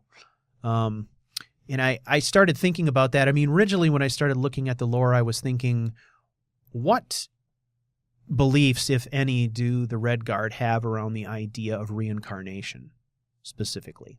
And the reason I was thinking about that is there are a lot of different reasons that people would give in a story for why a person would be dead set on killing the undead. A lot of times what that ends up being is it ends up being a discussion of what have the undead done to me? You know, what have they done to my family? And I've got all of this stuff going on, and I'm going to kill them in a. Right. But what that is it ends up being a really hollow revenge mission. Yeah. You know, because in Skyrim, the legions of undead are endless. Well, there is definitely a Draugr problem. For sure. I mean, you know, if the events of Sewers of Skyrim are to be believed, they are literally underneath every city. Okay? So, you know, I thought maybe there's something more compelling there. Maybe, you know, I didn't find anything in the lore that specifically talks to the idea of reincarnation, but I sort of like this idea of a concept where what you're saying is releasing the soul of an undead to finally go to, you know, to go to its final reward, frees up space for another living soul to come down to earth and do what and be on the earth, which is what Nirn is for. You know, Nirn is for the souls of the living. Right. Right? People who've died are supposed to, you know, shuffle Move on. off, right? Move on. So Get out of here. you know, that was kind of my thought on that, like this larger concept about killing the undead is a means of releasing or making room for those people who are still alive Okay, that's an interesting way or look yet at to it. be born, right? Right. And that maybe that is the crux of what makes the undead such an abomination. They're taking up valuable space that should be occupied by living souls. There right? you go. So, yeah. Anyway, Anyway, I like that. That's good. I like that's it. a concept I'm playing with. There's nothing in the lore that I can find that supports that necessarily, as Right. if you're thinking about literal reincarnation. Right. But if you're just thinking about the concept overall of Right. just a way of looking at the world, I think that that's something that could soundly fit in with Oh, all the existing. Yeah, for sure. lore. I mean, if there's nothing that's specifically against it, then Yeah. there's no reason that if it makes sense and you can Right. make sense of it, that you can't use that kind of an idea. Right. So, Right. He So can make sense of anything. yeah. yeah. and Whether I it makes sense to the rest of us or not. right. I can rationalize anything, fellas. Yeah. We've all seen that. So, and then I took a page from Matt's book as well. I used a random name generator. I always, I think I fall Yeah. back on the fantasynamegenerator.com or whatever it is. Yeah. But Oh, it's the best. always, Works I always, incredibly well. so I'll go there. I'll hit the button a few times until I see a couple of them that come out, and a lot of times I'll end up mixing and matching first and last names, so Yeah. to what I want. And rare occasion, I might juggle the letters around if Yeah. I think it's got some promise, but Yep. unless I really have something I'm Yep. dead set it on, which I rarely do Yep. as far as names go. Yeah, I Yeah. like the random. And, Yeah, I and do for too. me, it just is always what looks kind of good to me at the moment. It has nothing to do right. with, I think that this word means that, or I'm going to research the Oh family yeah, name. yeah. Uh-huh. It's like, that one looked sort of like vomit. That's good. Perfect. Whatever. We'll do that. Uh-huh. Yeah, I mean, what I came up with was the name looks like it's pronounced Radian. I chose to leave the spelling the same, but kind of pronounce it as Raiden. Mm-hmm. Oh, okay. And it, just a general like for name, Mortal right? Kombat. Yeah, like for Mortal Kombat. Sweet. And I mean, my plan is to like Nice. have all kinds of lightning flying around. yeah, it's yeah. You can get the little hat going. Get a little hat yeah. going. Actually, I do love that fucking hat, though. I know. I was just looking at one of It's the your best. Zatu Yeah, pictures. Zatu. Yeah, he likes. He the likes hat. the hat. Yeah, Shulat liked that. I know hat, there's too, a and term for it. I can't remember what it is, but I we'll just forget. call it the hat. I just call it the cool looking hat. Yeah. What's funny is when I was in high school, I went to the craft store, and they have all the stuff you'd want there if you're gonna take a bunch of grapevine and make it like a fancy wreath and all this stuff, right? One of the things they had there was a wall hanging that looked like one of those hats. It was actually made out of straw and the whole thing, right? But it was designed for doing some kind of an art project with. Oh. And I just straight up bought one. I straight up bought one, and it didn't have any liner or anything comfortable inside it. It would poke my head and stuff like that. Really? But I would wear that sucker to the beach, man. It was just the greatest. Wow. I wore it to the beach, and it was a big, it was big like this. Yeah, you know? yeah. It Like a was like, sombrero. yeah. Big saucer over here. And I didn't melon. even think twice about it. I'm like, this is cool as fuck. You know? Everyone's envious. Yeah, of me. everyone's looking at me like What the hell? yeah, what the hell is he doing? And I thought they were looking at me like, damn, he's cool. Where'd you get Look at that him, hat? man. He Yeah, must have sell been me to one of China. those. I got that from Yeah. Ben Franklin. That's right. And that's exactly where I got it. I know exactly Ben where you Franklin, man. got it. Yeah. Franklin. Ben Franklin was like my parents' worst nightmare, man. I'd come back from that place with all kinds of weird Same shit. strip malls, apple bombs, and That's It's classic. the only place man. nearby us that had video games. Yeah. And we would go there and play. So That's Yeah. funny. Would they have them like in the front entryway or something? Or where? yeah, and then they took it out and put a pharmacy in there. So kind of Oh, a that's nice lame. transition from video games to opioids or lame. something. But it was one of those things where you would go in there Somehow and go into the fits. corner where I think they couldn't ever get anybody to go shop. You know, so they put candy bars and Zaxxon and whatever it was that they had over there. Zaxxon. Street Fighter and Spy Hunter and whatever else was God. over there. Yeah. Fantastic. Yeah. And they had stuff like Street Fighter in there, which is awesome, you know. And, Yeah. I Well, was never good at Mortal Kombat. I just never got the... Yeah, I was Yeah. only good at Mortal Kombat because I had enough quarters. yeah. Just keep feeding that machine. I don't think there was ever an arcade game that I was any good at. No, I mean, no, never. You know, I mean, there were some arcade games I thought I was good at, but I know that to be, not the A case fallacy. now, right? Now that we live in the age of YouTube, I can go and watch videos of people actually playing those games and see what levels they were getting to and realize that, I made it a 50th of the way through the actual game and thought I was hot shit. Yeah, But, yeah. funny. Yeah, it's very different now that we can sit in our own homes and play games as long as we want to and not But have you to know plug what? There's quarters. something Yeah, no kidding. lost about the interaction of having someone there playing, wanting to play. As soon as you're done, Oh yeah, you putting, yeah. the, Not putting your just wait- quarters up yeah. on the yeah. screen. I or mean, the there's always a pinball little or bit of a whatever crowd it was. there, right? Yeah, it's fabulous. And it was kind of. I mean, it's not unlike what we're doing right now. But I mean, there's a very different sense of being able to play forever, and no one's going to bother you, right? If you're playing and you're doing something at a Ben Franklin, you darn well better be doing your best because the next guy is going to take the machine from you for half an hour if you work it up, right? Yeah. Once you die, you're done. Yeah, and Yeah. you're never getting it back today because I watched this guy the other time and he went to level 73 or something in Yeah. 2 quarters. So, Yeah. I mean, I grew up in a crappy little town that was basically a speck on a highway on the way to other towns. Yeah, pretty much. Did you go uphill But- to school both ways in snow? And Of course. everything? Okay. Of course. Just I mean, checking. yeah, everything was uphill in this town. But the It's not how I would have phrased it, but The funny thing is that even this little crappy town, for a while anyway, had a little building that was completely dedicated to being an arcade. yep, it did. Yeah, and I remember it wasn't that far from my house. I could ride my bike there, and I remember just playing a lot of pinball is when I did. Right. Played a lot of pinball there. But it's thinking back on it now, it was like somebody's, just like shitty little house that they turned into an arcade. Mm-hmm. And you didn't care because they had games. Yeah, I didn't. Yeah. I didn't give a crap. Yeah. Now that whole stretch is built up, and Yeah. it's completely The whole nothing like the it whole used to town is completely unrecognizable. Like from what it was. Yeah, Yeah. yeah. No, they it's got little microbreweries and all sorts of stuff. Bizarre. Which, going on there. let's be fair, if you had that and an arcade in the same building, that would be Yeah. awesome. Well, Well, at that time, I'd only still been able to visit one, but That's but Yeah. now, yeah, heck yeah. yeah. Well, you just have to cover them with some sort of protective plastic shroud lest someone dump their stout all over the I know. Street Fighter game. Joe and I have had discussions in the past about the idea of, wouldn't it be great to have a place that was like an arcade / brewery with a place for us to do these recordings upstairs. And Upstairs, no way, man. Right in the middle. Well, maybe wherever it ends up. Yeah, wherever it ends up is fine.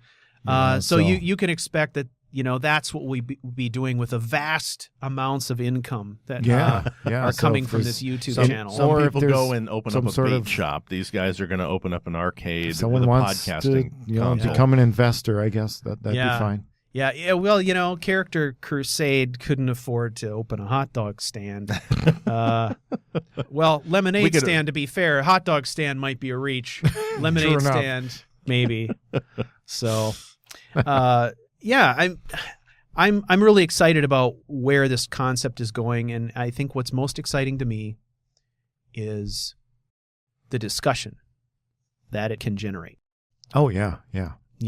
And when I think about what the mission statement of the original podcast was, we were all about trying to help people think outside the box when it came to role play, and squeeze more life out of the game, not just more life out of the game, but a much higher quality role play experience from the game. If I were to think about what the mission statement could be for this podcast, to me, it's more like, the idea that, okay, we've been through that. We kind of understand. We all understand what we're talking about now. Let's take what we've learned and create some kind of an online space that's kind of a sounding board, right? Where we can brainstorm about ideas. So I think when things get really rich, it's going to be when we start getting questions from you guys. Yeah, that's what I'm actually really looking forward to updates seeing on your characters. What comes through as far as everyone else's submission. I mean, you and I, we talk about this stuff all the time. I want to hear someone else. Yeah. Not that your stuff isn't interesting. Oh, it is. Oh my God. I know. But that makes it a really, really important part of what we're doing, so that we can hear more from the folks who are joining us other on perspectives. the podcast. Yeah, for sure. I would love to see the submission form full. I would love to see our, people on here watching the numbers going up because they find more value in what we're doing. Oh, and spreading the word and all that good stuff. And I think it is worth mentioning, too, that for those of you who are in the Discord community, you've probably noticed that we did create a text channel in there for Unbound, but we have locked it off and we're not allowing you to submit to it. We're allowing you to get information from it. And we're not sure what the future of that is going to be quite yet. Part of the reason that we've locked it off is we don't want you to go on there and talk all about your characters. We want you to share that with us so that we can make it part of the show. And that we can share this with people who aren't part of the Discord community or people who might be future members of the Discord community. So we have a nice small community, concentrated community, of people who are really focused on role play and are coming up with really good ideas every day of the week. And I think part of what makes this interesting is I think it could be a really great vehicle for getting your ideas out to the wider audience, because the three of us sitting in this room doing this show are not the only ones with good ideas, and we see it all day, every day on Discord. So I think part of the strategy there is we're waiting to see how this all develops, but ultimately what we want is your good ideas on this show right alongside ours so we can discuss them all. So rule number 1 of Unbound is don't talk about Unbound when you're not here. Not necessarily, but I mean, I think what we're doing is we're reserving judgment on this right now. We're going to wait to see how things come together. Ultimately, what I would love is I'd love to have some things out there that support what we're doing here. I don't want things out there that compete with what we're doing here. Right. Because this is where we want the good information, right? So what I would love to have is maybe we have a scenario where people can post a screenshot of their character, and they can post a screenshot of that character at certain intervals in their development as their story changes, right? And we can refer to those things here and get people out on Discord to take a look at them, right? Or we can pop them into the view that you're seeing right now, that kind of thing. But that's so. I just wanted to let everybody know there's it's not a mistake that you can't submit content to that text channel right Just kind now. of starting slow and seeing where it goes. We'll see where it goes. Yep. So it'll be Sunday morning at 4 a.m. that Stu says, okay, for the next 90 minutes you can submit screenshots, and then I'm turning it off again. yeah, get ready for that. Everyone's phones blow up with announcements. Wait a minute, it's been 94 minutes. Yeah, exactly. You're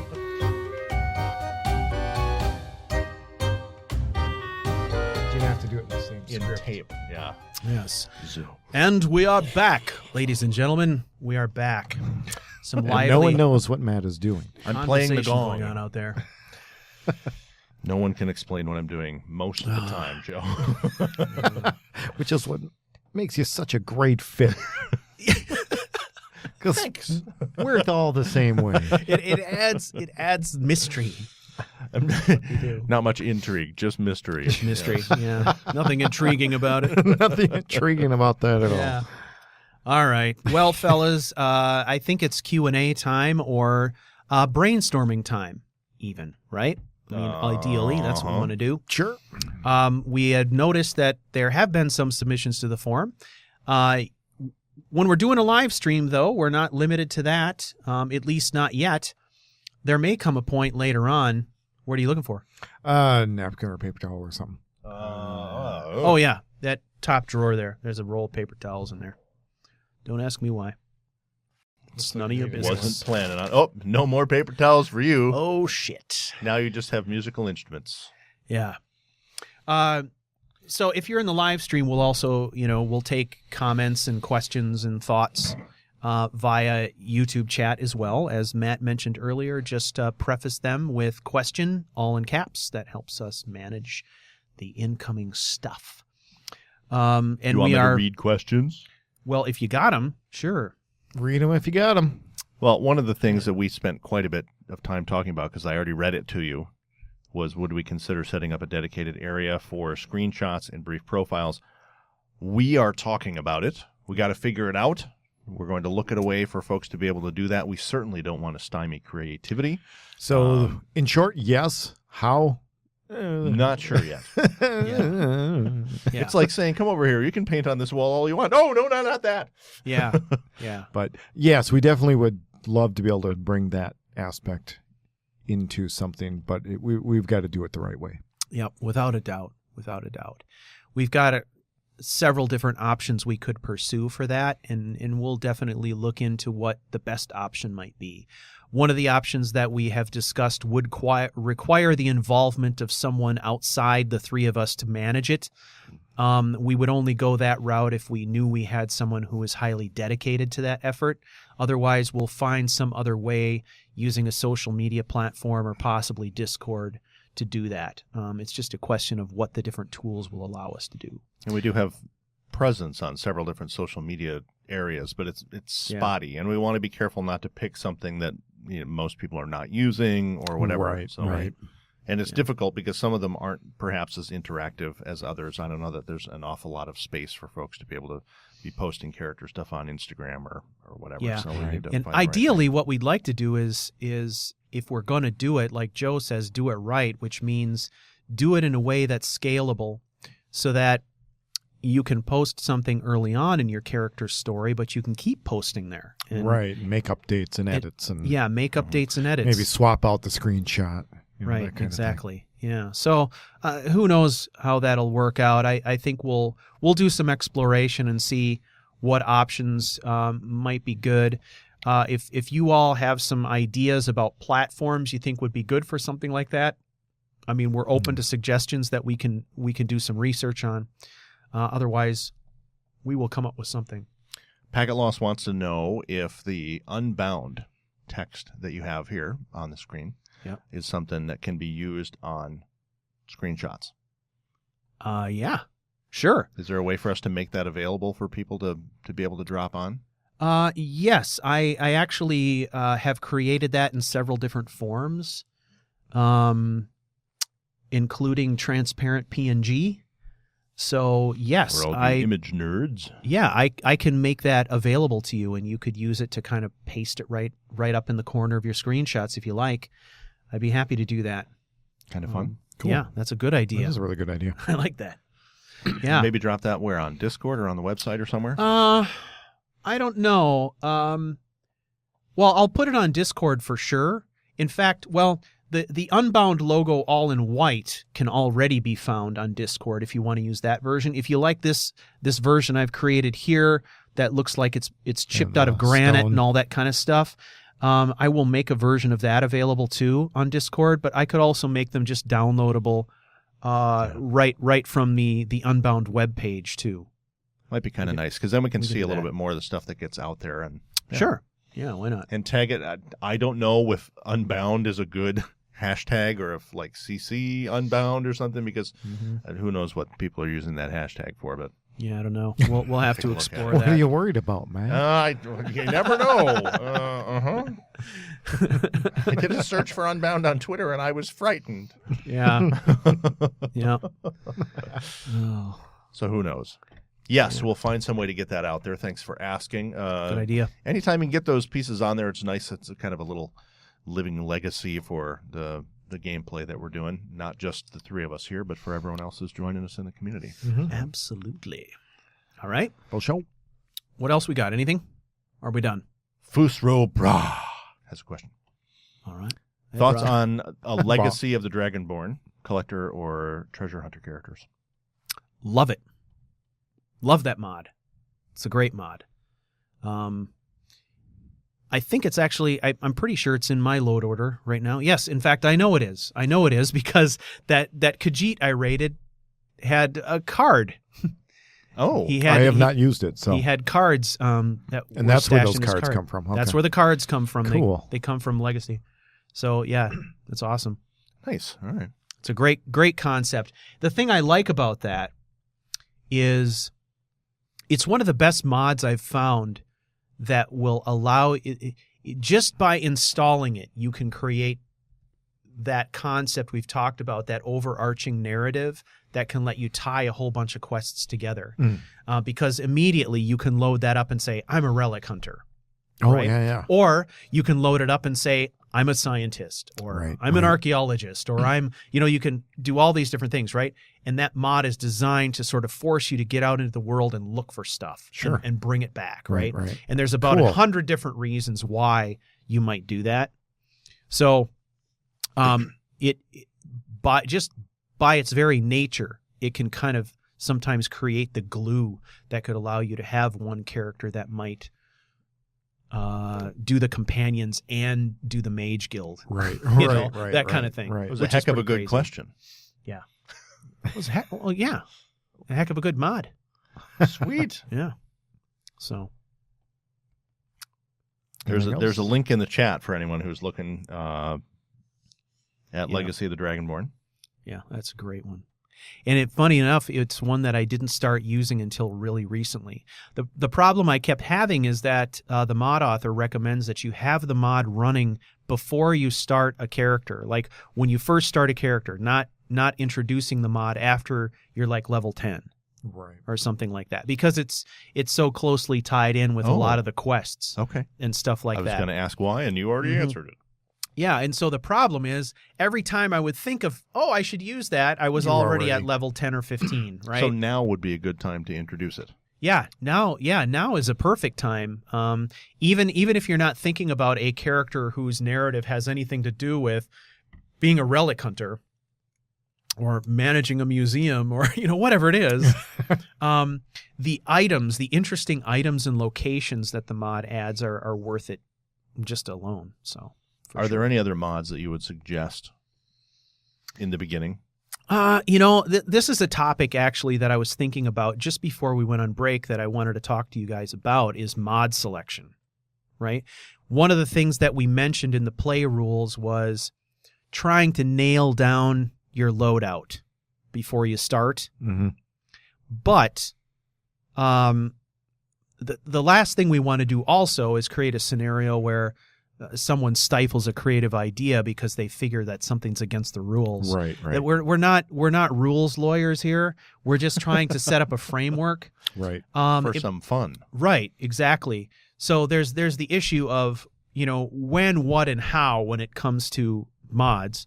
But then there's also this question of, okay, I'm starting a random character now, completely new, and I don't know what's going to happen. I'm at level 1 or level 2. I'm just getting started. How do you guys go about making the decision of what mods are going to be loaded initially if your hope is to try to limit yourself from adding a whole bunch of shit later on? That it's like a chicken and egg thing, right? Right. There are certain mods that I threw in not knowing for sure if I'd want them. Right. So I don't know. I mean, for me, I was looking at it and I thought, okay, I've gotten as far as seeing my character, understanding that he's a red guard, thinking about lore, stuff like that. And so as I was doing my research and I was thinking about stuff like standing stones, I thought, what could I do that would be really outside the box? And this whole concept around the undead and the Ashaba that we were talking about before, the seed of that idea came from this concept that I need to get rid of the thief stone. I need to get rid of the thief guardian stone because, first of all, the character's not going to be a thief, and second of all, I don't want the 20% leveling increase. Oh, right. I want to take that away because I want to spend more time in game. If we're going to have level caps, I don't want that 20% increase. I want to play at a slower pace. So I'm going to get rid of it, right? But then what do I replace it with? And what came to mind was the ritual stone. And the ritual stone is typically reserved for necromancers and people who are into conjuration and stuff like that. And I thought, how cool would it be if I had a sword-focused warrior type, right? The classic Red Guard swordsman who had this innate ability to raise corpses. And how could that tie into an interesting story? Right. So when I was thinking about that, one of the first things I did after I kind of got onto this idea, the character had already been created, I'd already seen what he looked like, is I went back and I got Anai Sion's Standing Stone Replacer mod. I forget what it's called. Andromeda. Andromeda. Okay. And it adds interesting and additional powers associated with the Standing Stones that I felt like would work well. That's an example of some of the thought process I used when I went back and grabbed that because I felt like it would be good. But it's thinking about when do I think about this stuff and when is enough, right?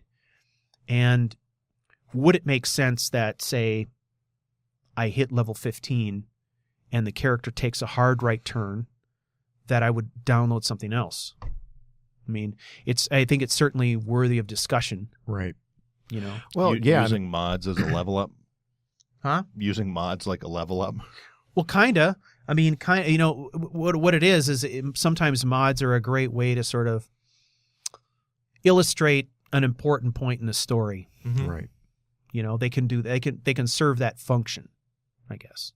So, I mean, I'm interested in hearing your thoughts on that in particular, Joe, because I know that you were considering this idea of what mods to load and whether or not we should cap that or how. Yeah, I guess I think my initial thought on that was that I didn't want the temptation to start throwing in a bunch of mods that would drastically alter your play or give you some sort of advantage just out of the blue, that kind of thing, I guess.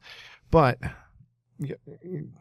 to what you're saying, there's going to be points where it makes sense. Right.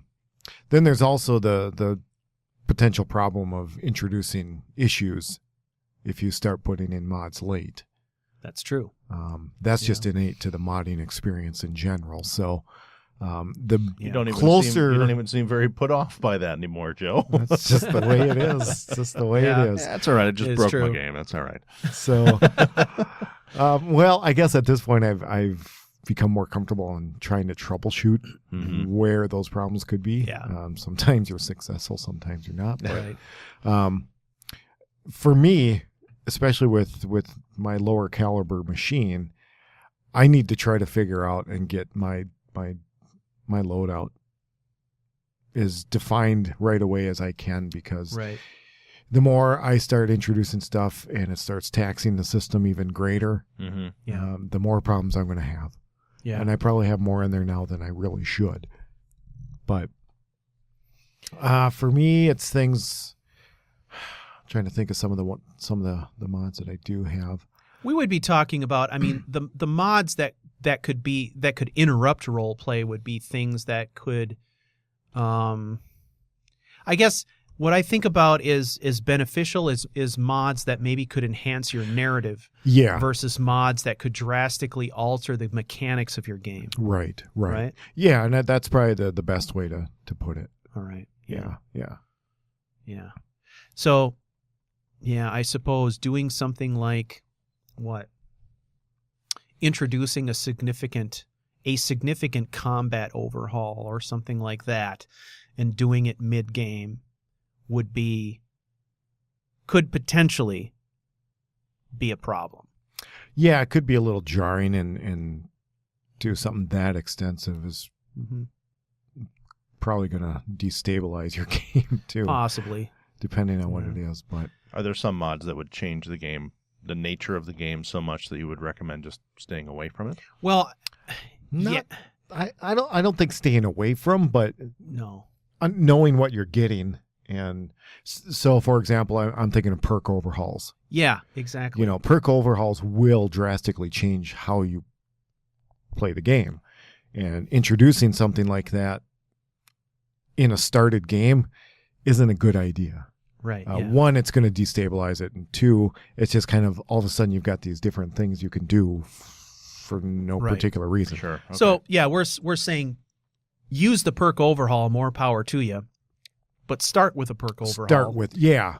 So don't add it midstream. Try to think ahead and choose these, put these things into your load as soon as you can. Yeah. To your point, though, I mean, if something comes up and there's a character development and you stumble across this, maybe you stumbled across a great mod that gave you the idea to change the direction. Yeah. By all means, put that in. Yeah. Yeah, I think that's a good approach.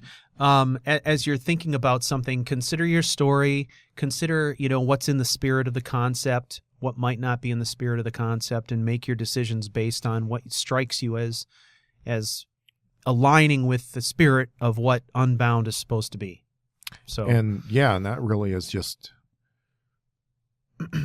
progressing, a anti-premeditated character, whatever that is called. Yeah. And creating something out of nothing. Right.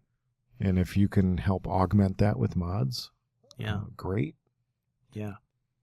I think that one of the cool things to do is I like adding in mods that I know are going to place Easter eggs around the environment for me that I may not encounter until level 15. Right away. Like what? Well, I think about in particular the sword mod that adds a bunch of swords from The Witcher. It creates this ability for you to craft these really beautiful looking weapons, but what it does is it also takes weapons from that collection and it adds them around Skyrim as relics you can find. Oh, okay. And if you are a character if you're looking at creating a character who is going to be very, very interested in fine swords and swordsmanship and all that kind of stuff, something like that might be right up your alley. Mm-hmm. That's another reason why I like this Legacy of the Dragonborn mod, right? It creates this whole infrastructure within the game for you to go out and look for collectibles and relics. And it places brand new items and relics by the hundreds all over the place. Wow. That you can find. Cool. And some of those are just beautiful to look at. Some of them are magical. Some of them have powers, and any time you find an object that is really outside the norm in the game, that object presents an opportunity to tell a little story, like what is it? Where did it come from? Oh, yeah. Or this thing granted me a power. What does that mean to my character? And does that change in a significant way my path? Mm-hmm. Stuff like that. So I'm a big proponent of adding things into the game that could potentially influence your character's direction at some point. And mods like that are just amazing. Right. So I like those kinds of things. Sure.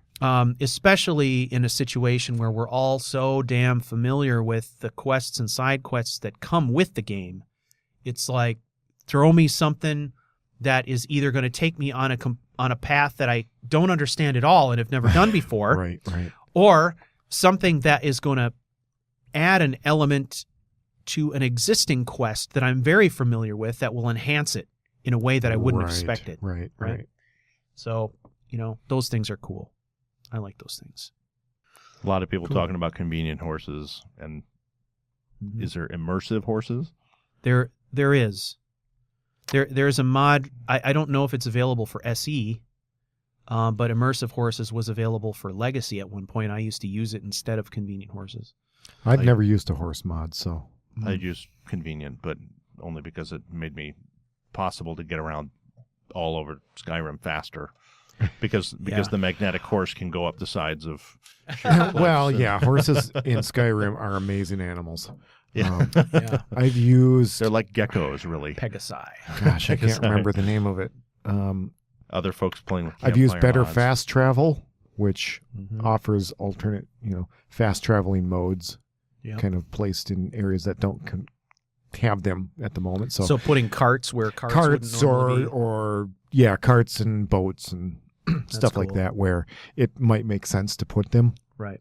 What about changes to things like run speed and stuff like that? It always, I know that there were some where walking speed or running speed was different. Maybe that's just a console command, but I like those. Depends on it depends on the type of character and what you want to take them. right. And I think Yeah. that's just because I don't For sure. know enough about, how I would have made those changes. Sometimes it just seems to take forever to You get c- anywhere, Yeah, you can change your character's speed through console, but there's mods that'll help you with that too. I wish there was a version of like lively inns and taverns just for out and around. Oh, so just making the areas generally so more the highways dense. and byways more There dense are. with people. There are a couple you can I imagine it and would those you drag can my mix and machine match down, too. I mean, Yeah. there's the Civil War Yep. centric. Yep. What's that? Patrols. Yep. Immersive patrols, which adds all kinds of different faction patrols all over Okay. Skyrim. Right. There's mods like Immersive Citizens or something like yeah, that. that sounds right. People of Skyrim. Yeah. Those will add either.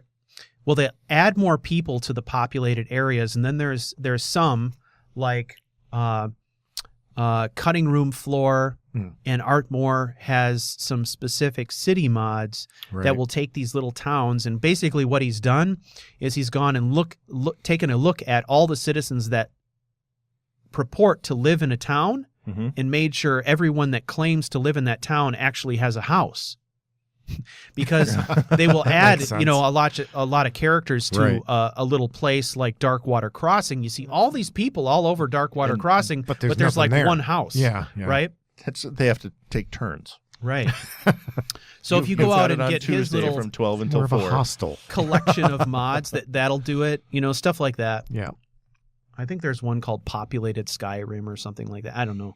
Yeah. You can there's a find bunch of them. If you're gonna put more than one together, just make sure that you read the mod page Yeah, to make see sure they're compatible. if there's compatibility problems or if there's a patch. A lot of times, a third party, someone will come in and make a patch. And a lot of for 'em. folks are noting things about mod patches and what works in SkyUI and Yep. other things as well here. So truly thank you everyone who's posting those things there.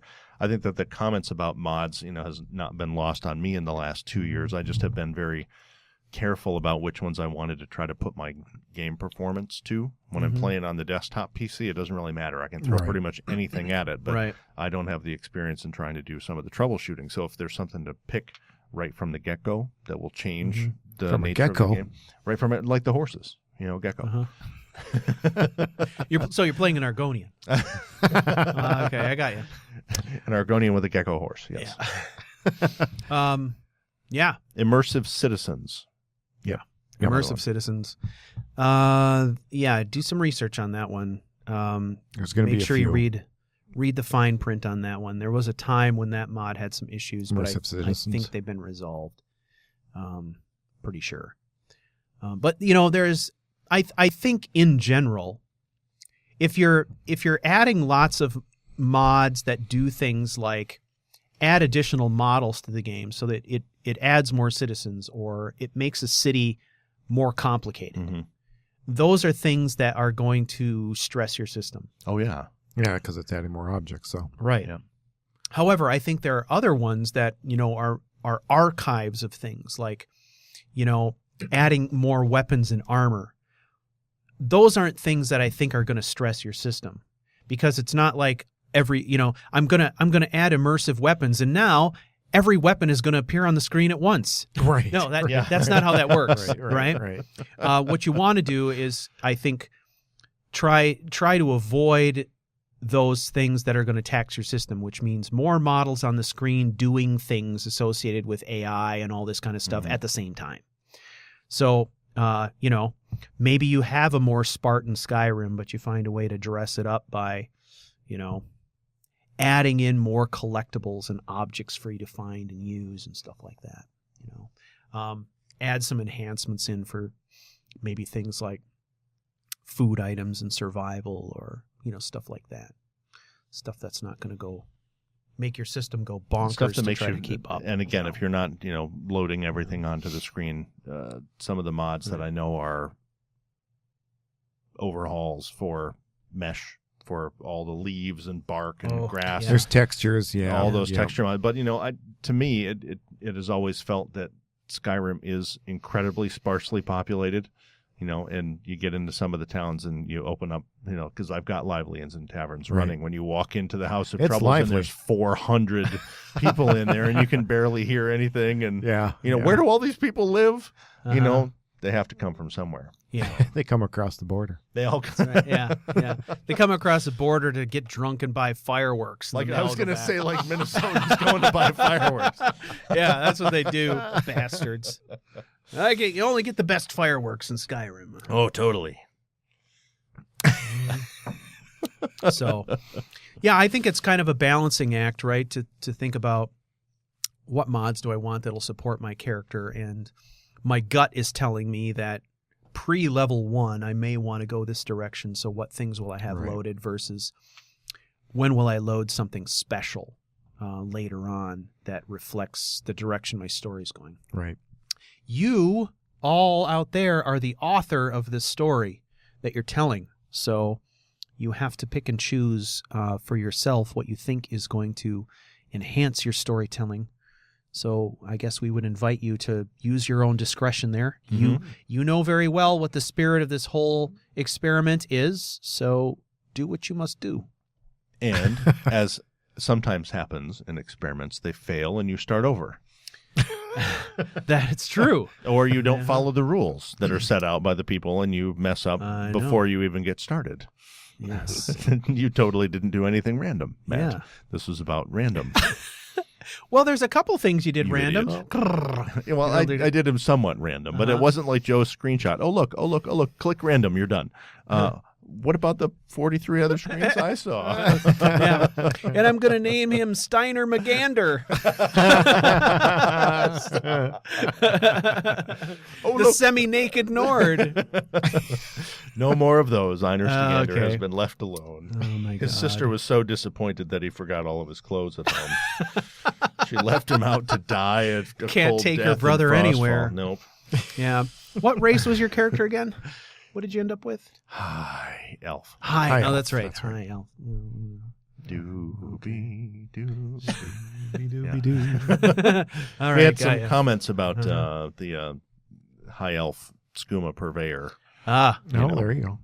that'd be interesting. Mm-hmm. God. Well, that would be probably a good instance where the cannabis mod might be an option. yeah, I left it in my load. Cannabis mod. Yeah, cannabis mod. Really? Yeah. Really? That's how Robard does his smoking. I thought maybe that's how Robard made ropes. Cannabis mod. Well, he smokes rope. I imagine he would take as large a piece of rope he could if he could get himself a big cannabis rope. So, Joseph, Yes, do sir. you remember how many mods are in your load order roughly at the start here? No. Great conversation. I'm glad we had it. I do not. Matt is 5. 12. Oh, There's Wow, 12. I've got Did you way not more hear? than I have that. 12. Holy shit! Matt's running 12 I've mods. doubled and then some. Doubled and not quite I tripled. don't Yeah, know, but most it's of them are simple. probably somewhere between, I don't know, 150 to 2 or 180. Really? You're jumping straight in with you're going, going Put it balls all. to the That's- wall. Yep. Oh, nice. Put it all in. All right, nice. Yeah, I started out small and I just kept adding, like, oh, that's right, I want that one. I like that Oh, one. yeah, that one. Well, sometimes by the time you add in just all of your standard quality of life mods, you're already at like 60. Yeah. Before you even start adding anything that has to do with your concept of Right. what the narrative might be. Oh, yeah. I mean, So- things like, the kill cam, that, stuff like that. It's Yeah, like, it just always it's is just in. always there. So. Yeah.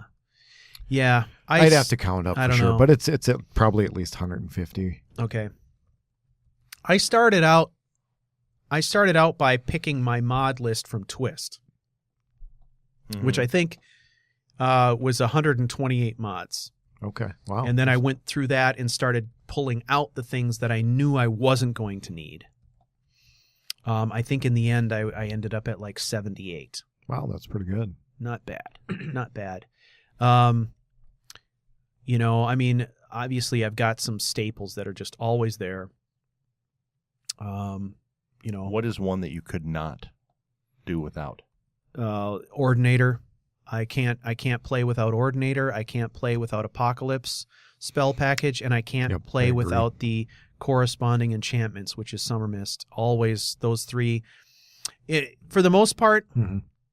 I could go to Anai Scion's Nexus page and almost check off everything on his list right there. Yeah. I mean, the only ones that I don't use his combat overhauls. Right. And I have not used his vampire overhauls. That's not to say that they're not. What are they called? Do you know? I can't remember. Which ones? The Nice Ions. I don't know Oh, what his are called. well, he's got Wildcat combat overhaul, and I've then he's heard got that. this Smilodon combat overhaul, and then he's got Sacrosanct vampire overhaul. Oh, he does the Sacrosanct. Okay. Yeah, he that's does one that I have one. not tried, but I've heard a lot of good stuff Yeah. about. Yeah, I mean, the only reason I don't use them is I just You haven't don't played a have a vampire. vampiric character Right. anytime recently. Well, yeah, So- that doesn't make sense to Right. load. And again, if you don't play it. that is one of those things where I've never liked the idea of playing a vampire from the get-go. I like the idea of becoming a one. vampire being one of those hard right turns a character would take. Sure. Yep. And that's at the point at which I would try to make a decision about, do I use something like Sacrosanct? Right. I don't know. I ended up putting in a lot of more visual type mods. Yeah. Opulent outfits. I don't know. I just always You have like it in. that one. We've talked about that before. Yeah, it just Yeah. jazzes up the mage robes a bit. Which is cool. Those are pretty cool. So it's just a lot of stuff that doesn't really impact the gameplay as much as just the visual. Right. Now I don't run SE, so I don't have some of that baked in that they've put in when they put out the SE version. Mm-hmm. So I have to kind of augment that on my own. Yeah. Imaginator, I don't know if I would probably always have to have that in. Mm-hmm. So I can tweak the settings a bit. Sky tweak, Yeah. if nothing else, just so I can center my character. Oh, I love Sky Tweak. What is Yeah. Sky Tweak? Basically, it's a mod that just kind of creates a framework that'll allow you to tweak a whole bunch of the settings, like settings that you hadn't even considered before. So, the position of your camera on the character. Almost Um, damn near any settings. Yeah, the rate Okay. at which you level, things having to do with the arc of arrows, all kinds of shit. Yeah. It's just goes on and on and on, which just makes it a really powerful mod. I mean, you can use Sky Tweak to create a very, very interesting playthrough, I think, if you really wanted to dig into that and just really, go bananas with it. The last time I used it, I think, is when I was doing Rune Runner. And I used Sky Tweak so that Vander could actually have extra runes, rather than downloading a mod that allowed for extra runes, I just used SkyTweak, made an adjustment there, and it saved me from having to load another mod. Right? Yeah. So I could give them a little extra range. It's just like what it sounds. You can tweak a lot of different stuff. Yeah. It's pretty neat. So a lot you can do there. Yeah, I do very little with it other than just, arrow and camera and just some of that superficial. But the power there too is immense, right? So if you do get to a point where you decide I'm going to do like this major thing with a character to reflect what's going on in the story, more than likely you can pull it off in SkyTweak in some way. Probably. It's a mod you could use if you wanted to change your speed. Okay. It would allow you to do that. Yeah. But I need to have SkyUI installed, presumably. For Sky, because you need the MCM menu. Okay. Yeah, that menu would be you couldn't possibly do SkyTweak without that. No. Otherwise, you're just doing console commands. Yeah. Well, maybe one of these days I'll just take the laptop out and we'll actually get it up and running because I have been very not wanting to go in and break anything. So Yeah, absolutely. That's a good one to have. Joe, can SkyTweak stop the vanity camera? The vanity camera? I don't even know what the vanity camera is because I have no idea what SkyTweak does. I don't know what that would be. What is the vanity camera? Every time you get in a cart, you pull down the visor and look at yourself? I'm not sure. I'm not sure what that pertains to or what that is referring to. Elaborate and we will attempt an answer. Probably. Of course it can. Maybe, sort of. Yep. Don't know. Is there an option for that? That's the camera where you can tweak the camera so that it will center on your body. The X and Y and Z axis. And then you can make it zoom in just on your character's ass so that really all you see is your character's ass through an entire playthrough. Is that what people have been talking about, vanity? Our whole life? That's it? Yeah, it's just all about asses. It's all about asses. Butt zoom. Great. There's 3 asses around this table. All your characters always have tight leather pants. I don't understand why. When you walk away from the game for 3 to 5 minutes and the camera pulls out and rotates around the camera. That? Yeah. I do not know. I do not know. If Joe doesn't know, then I don't either. That's sad. I never thought of that as a vanity camera, but yeah, okay. So all right. I'm not sure. I really don't know. All right. We'd have to. Any other questions? That's normal. We have a question and we don't know the answer. That's all right. That's okay. I think you will find, generally speaking, there's a lot of stuff we don't know the answers to. And we tend to just every day make up a lot of things. Just sound confident and use Google. Right. That's the key to being, to having a successful career in the IT industry. One must be able to talk about things one doesn't know anything about with complete confidence. And that's what I do each and every day. Deliver webinars, all kinds of stuff. Yeah, like, Stu, what do you know about IP telephony? Nothing. We need a webinar. Sure. No problem. We'll have it up in about an hour. Sign me up. I'll do that. Yeah, I'm an expert. Trust me. What does IP mean? Intellectual property telephony. Brought to you by Stu. There's this movie on Netflix called IP Man.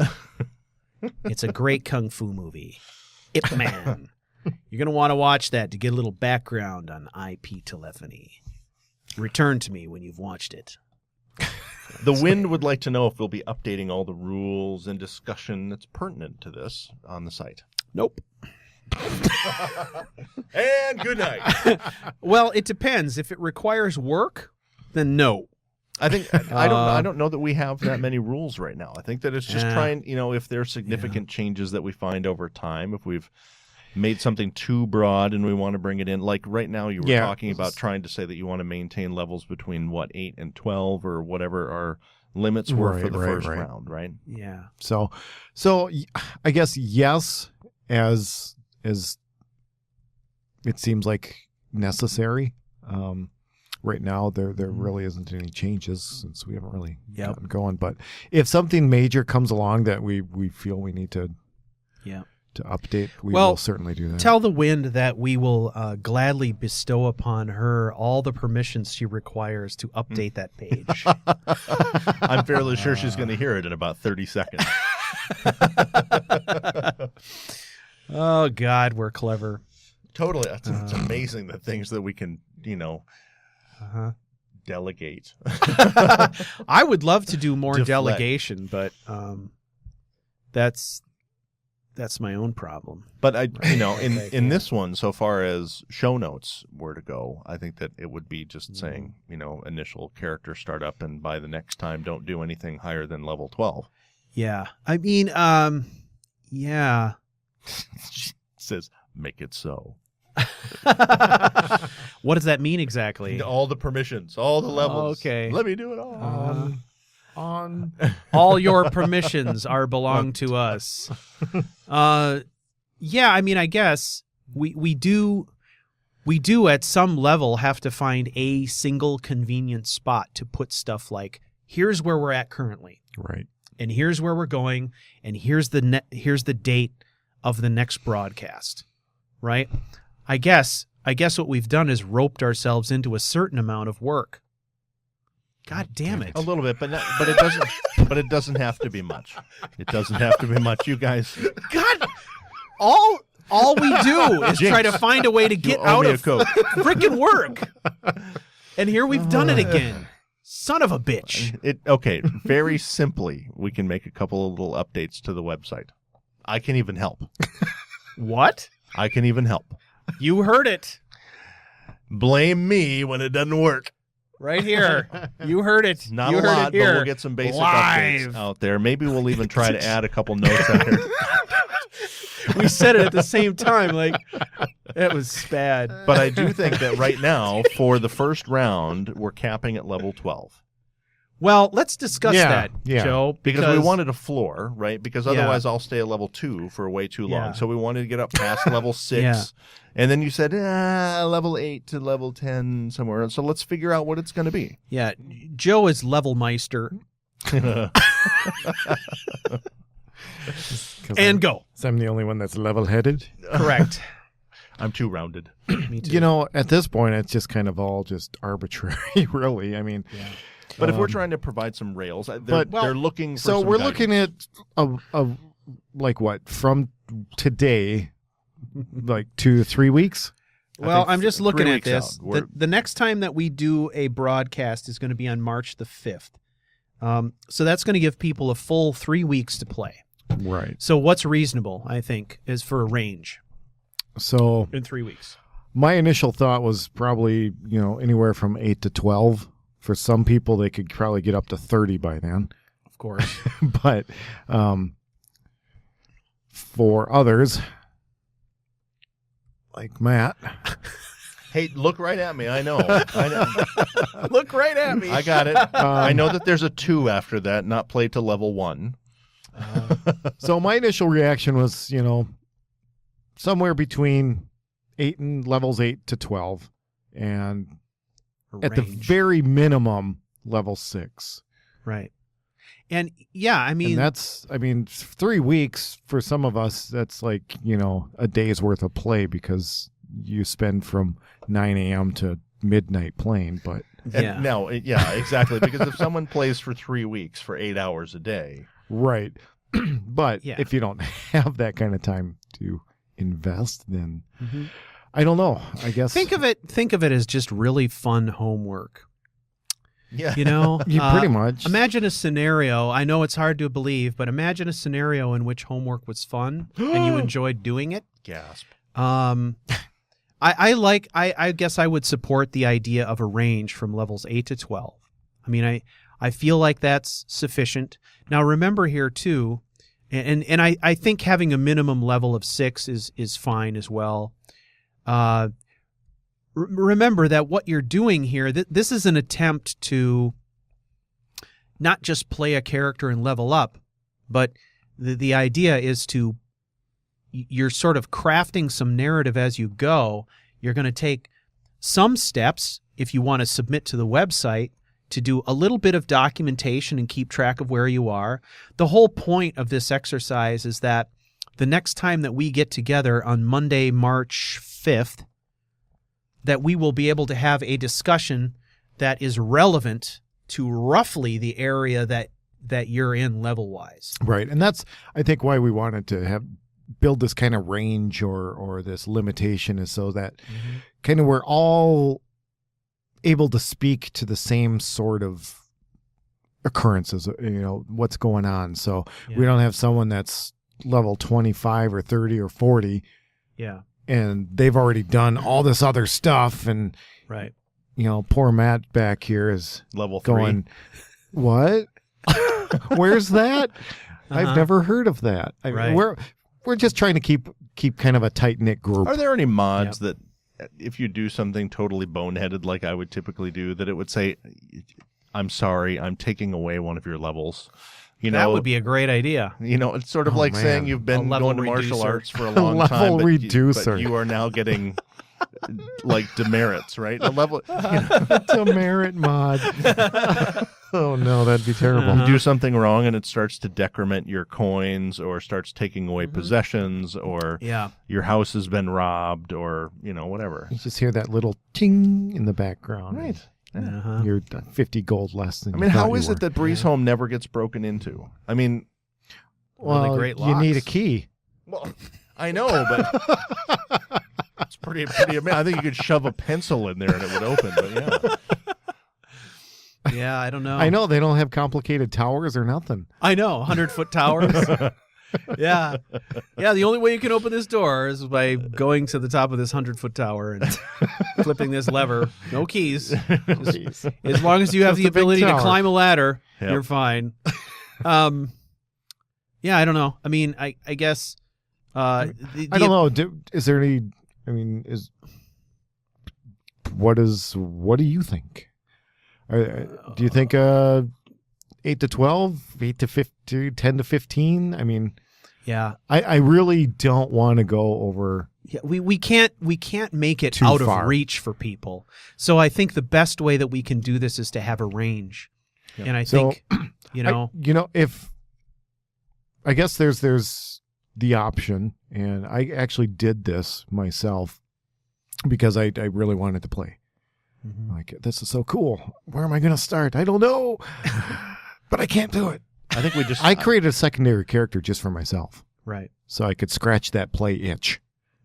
And the reason I guess I opted for going a little bit, maybe what felt like a lower level, is this secondary character started out with nothing, and I spent hours just trying to get enough leather together to make some frickin' armor, because all he had was fine clothes. I'm stuck in Shore Stone with fine clothes, no weapons, and 48 gold. That's an awesome. So what the hell? Fortunately, there's a mine right there, but I needed a pickaxe. I had to go find one of those. I couldn't buy leather.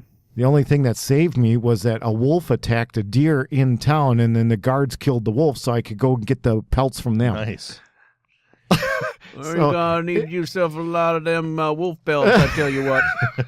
It was nutters, but it was kind of funny. But so for some of us, even more experienced players, you're going to find yourself behind the 8-ball, and it's going to take some time to get out from under it.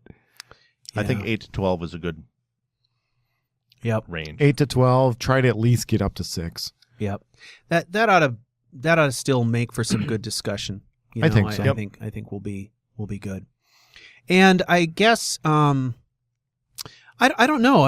Are there any guidelines we want to provide people for those people who just want to go ahead and play and have the experience and listen to the podcast? Awesome. For those people who are interested in bouncing ideas off us or having us in some way involved in some of the decisions that you're making along the way, that will require a certain amount of forethought, right? So start with the forum, maybe. I guess, that's an interesting idea. Originally my thought was that people would submit questions or quandaries like we frequently address on this podcast.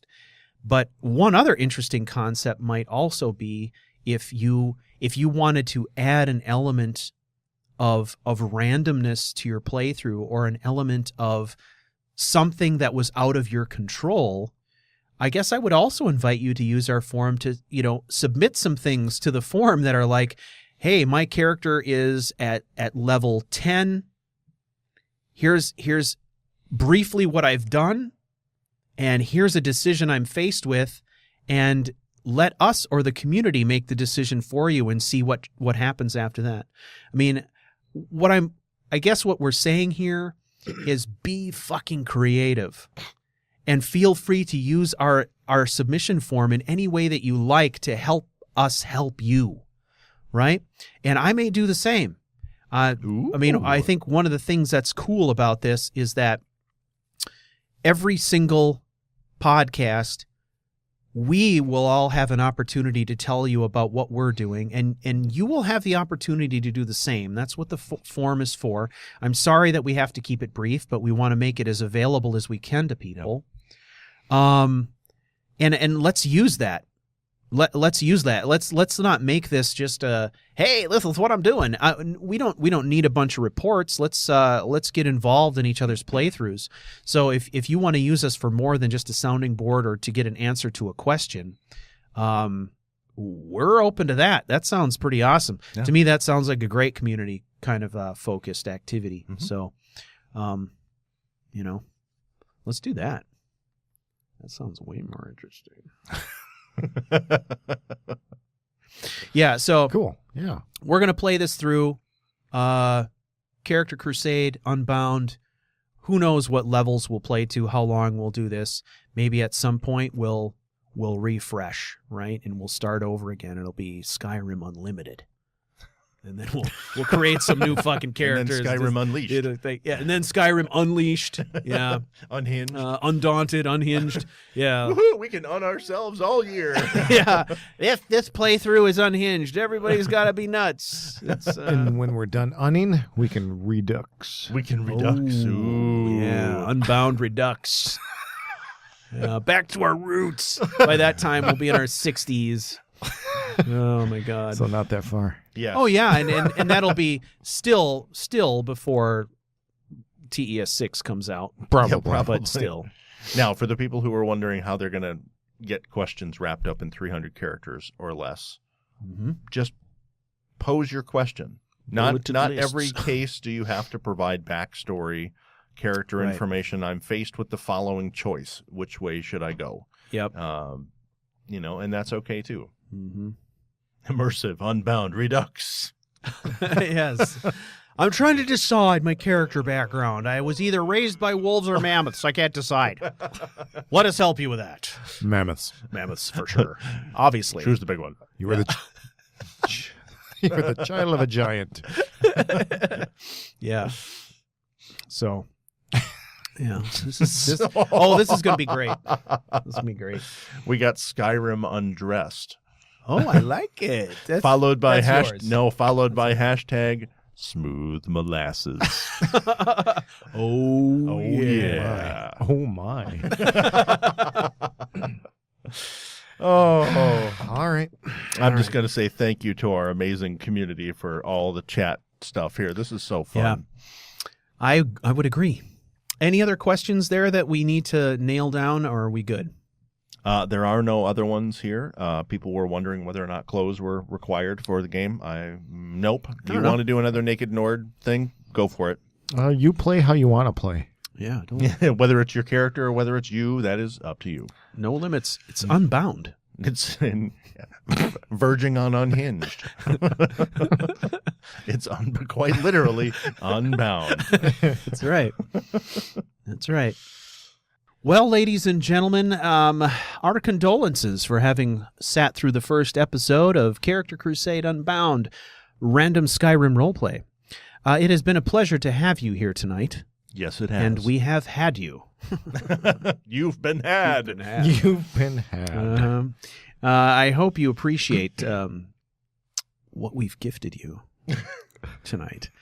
Wow. But he's fuller of himself than usual. I know. What I'd like to say is a good luck to you all. Remember, we've got our level cap of 12. Do not exceed 12, please, if you can help it. I know some of you can't, but do your best. If you play 38 characters in the next 3 weeks and get them all to level 12, you'll just have to choose one for the next conversation. That's right. And feel free to reach out to us if you have any questions along the way. We will try to get back to you on Discord. You can use the form to submit those. But if you've got really immediate questions, I would suggest posting those on Discord. If you've got questions that you think would impact the rest of the show and would be valuable to other viewers, then by all means put those into the form so that we can talk about them on the next show. Now remember, we are not going to be broadcasting for 3 weeks, so you've got 3 weeks to get to that level range, which is again 8 to 12, minimum of 6. I gotta say, 6 is probably D- range, but it's just passing. You know what? It's just passing. It's still just okay. It's still just passing. It's like I did in my statistics classes. I got through it, but it wasn't great. But I got the D-. Well, I got the D- the second time through. I failed the first time, but my second time through statistics, I improved when I retook that class. And it is the reason that I was able to graduate. So don't frown on yourself for hitting 6. Maybe stop limiting those of us who might get to a 6 because, the D- is going to allow us to pass. And if we get to 7 or 8 or 9 or 10, then we'll feel that much better. Matt'll get there. I know he will. And we are here to help, ladies and gentlemen. So feel free to use the form liberally. Yes. Yes. I have a little intervening travel. Taking the machine, hopefully we'll be able to do something with it. That would be amazing. Yeah. Okay, cool. I'm sure that the people on Amtrak will have no idea why I'm playing Skyrim, but okay. They won't care. They won't care. don't Actually, think they'll all be crowding care. around and they'll be like, oh, I can't believe this. Are you playing Skyrim Unhinged? Unbound? Undressed? Unhinged? What is it that you're playing? Are you one of those Character Crusade guys? Why, Wait. yes, I am. Wait a minute. Are you wearing armor? Yes. I think so. I know I am. Hang on, I'm an Imperial in a Stormcloak camp. So if you would like to get to the forum plus the play rules and any other updates we care to put out there, you can go to unbound.charactercrusade.com. If you are so inclined, we would much appreciate your support on Patreon. It is the reason that we are able to continue doing this seriously. So It's the only way we can afford these awesome haircuts. Right, because they are expensive, especially his. Which is crazy to think, because ours you're cutting off way more hair, which you think would be more expensive, but it's not. That's not how it works, apparently. So you're gonna want to go to patreon.charactercrusade.com, and please, by all means, get involved in our Discord community. There's a lot of cool stuff going on out there. You can go to discord.charactercrusade.com, and that will get you there as well. So thank you all, everybody, for your time and attendance, and for just being generally awesome people.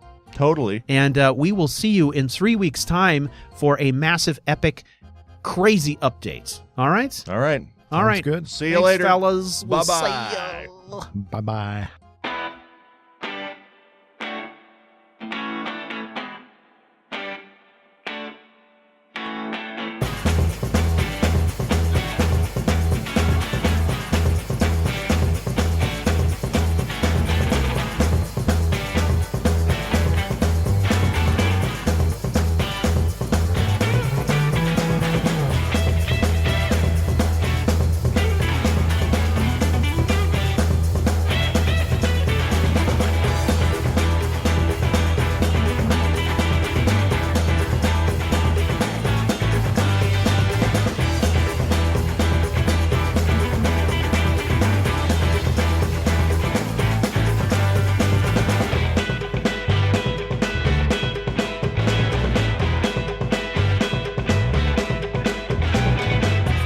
So, trade-offs, ladies and gentlemen. That's what it is. That's what broadcasting's all about. Yeah, broadcasting is all about. I've discovered that it's all about kind of accepting mediocrity with grace. So that's what we do here. Okay. Welcome to CouchWarrior, where mediocrity Yes. reigns. Mediocrity reigns supreme.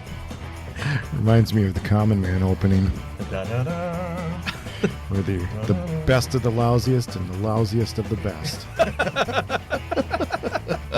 I like it. It's good. Nice shirts, by the way. Thanks.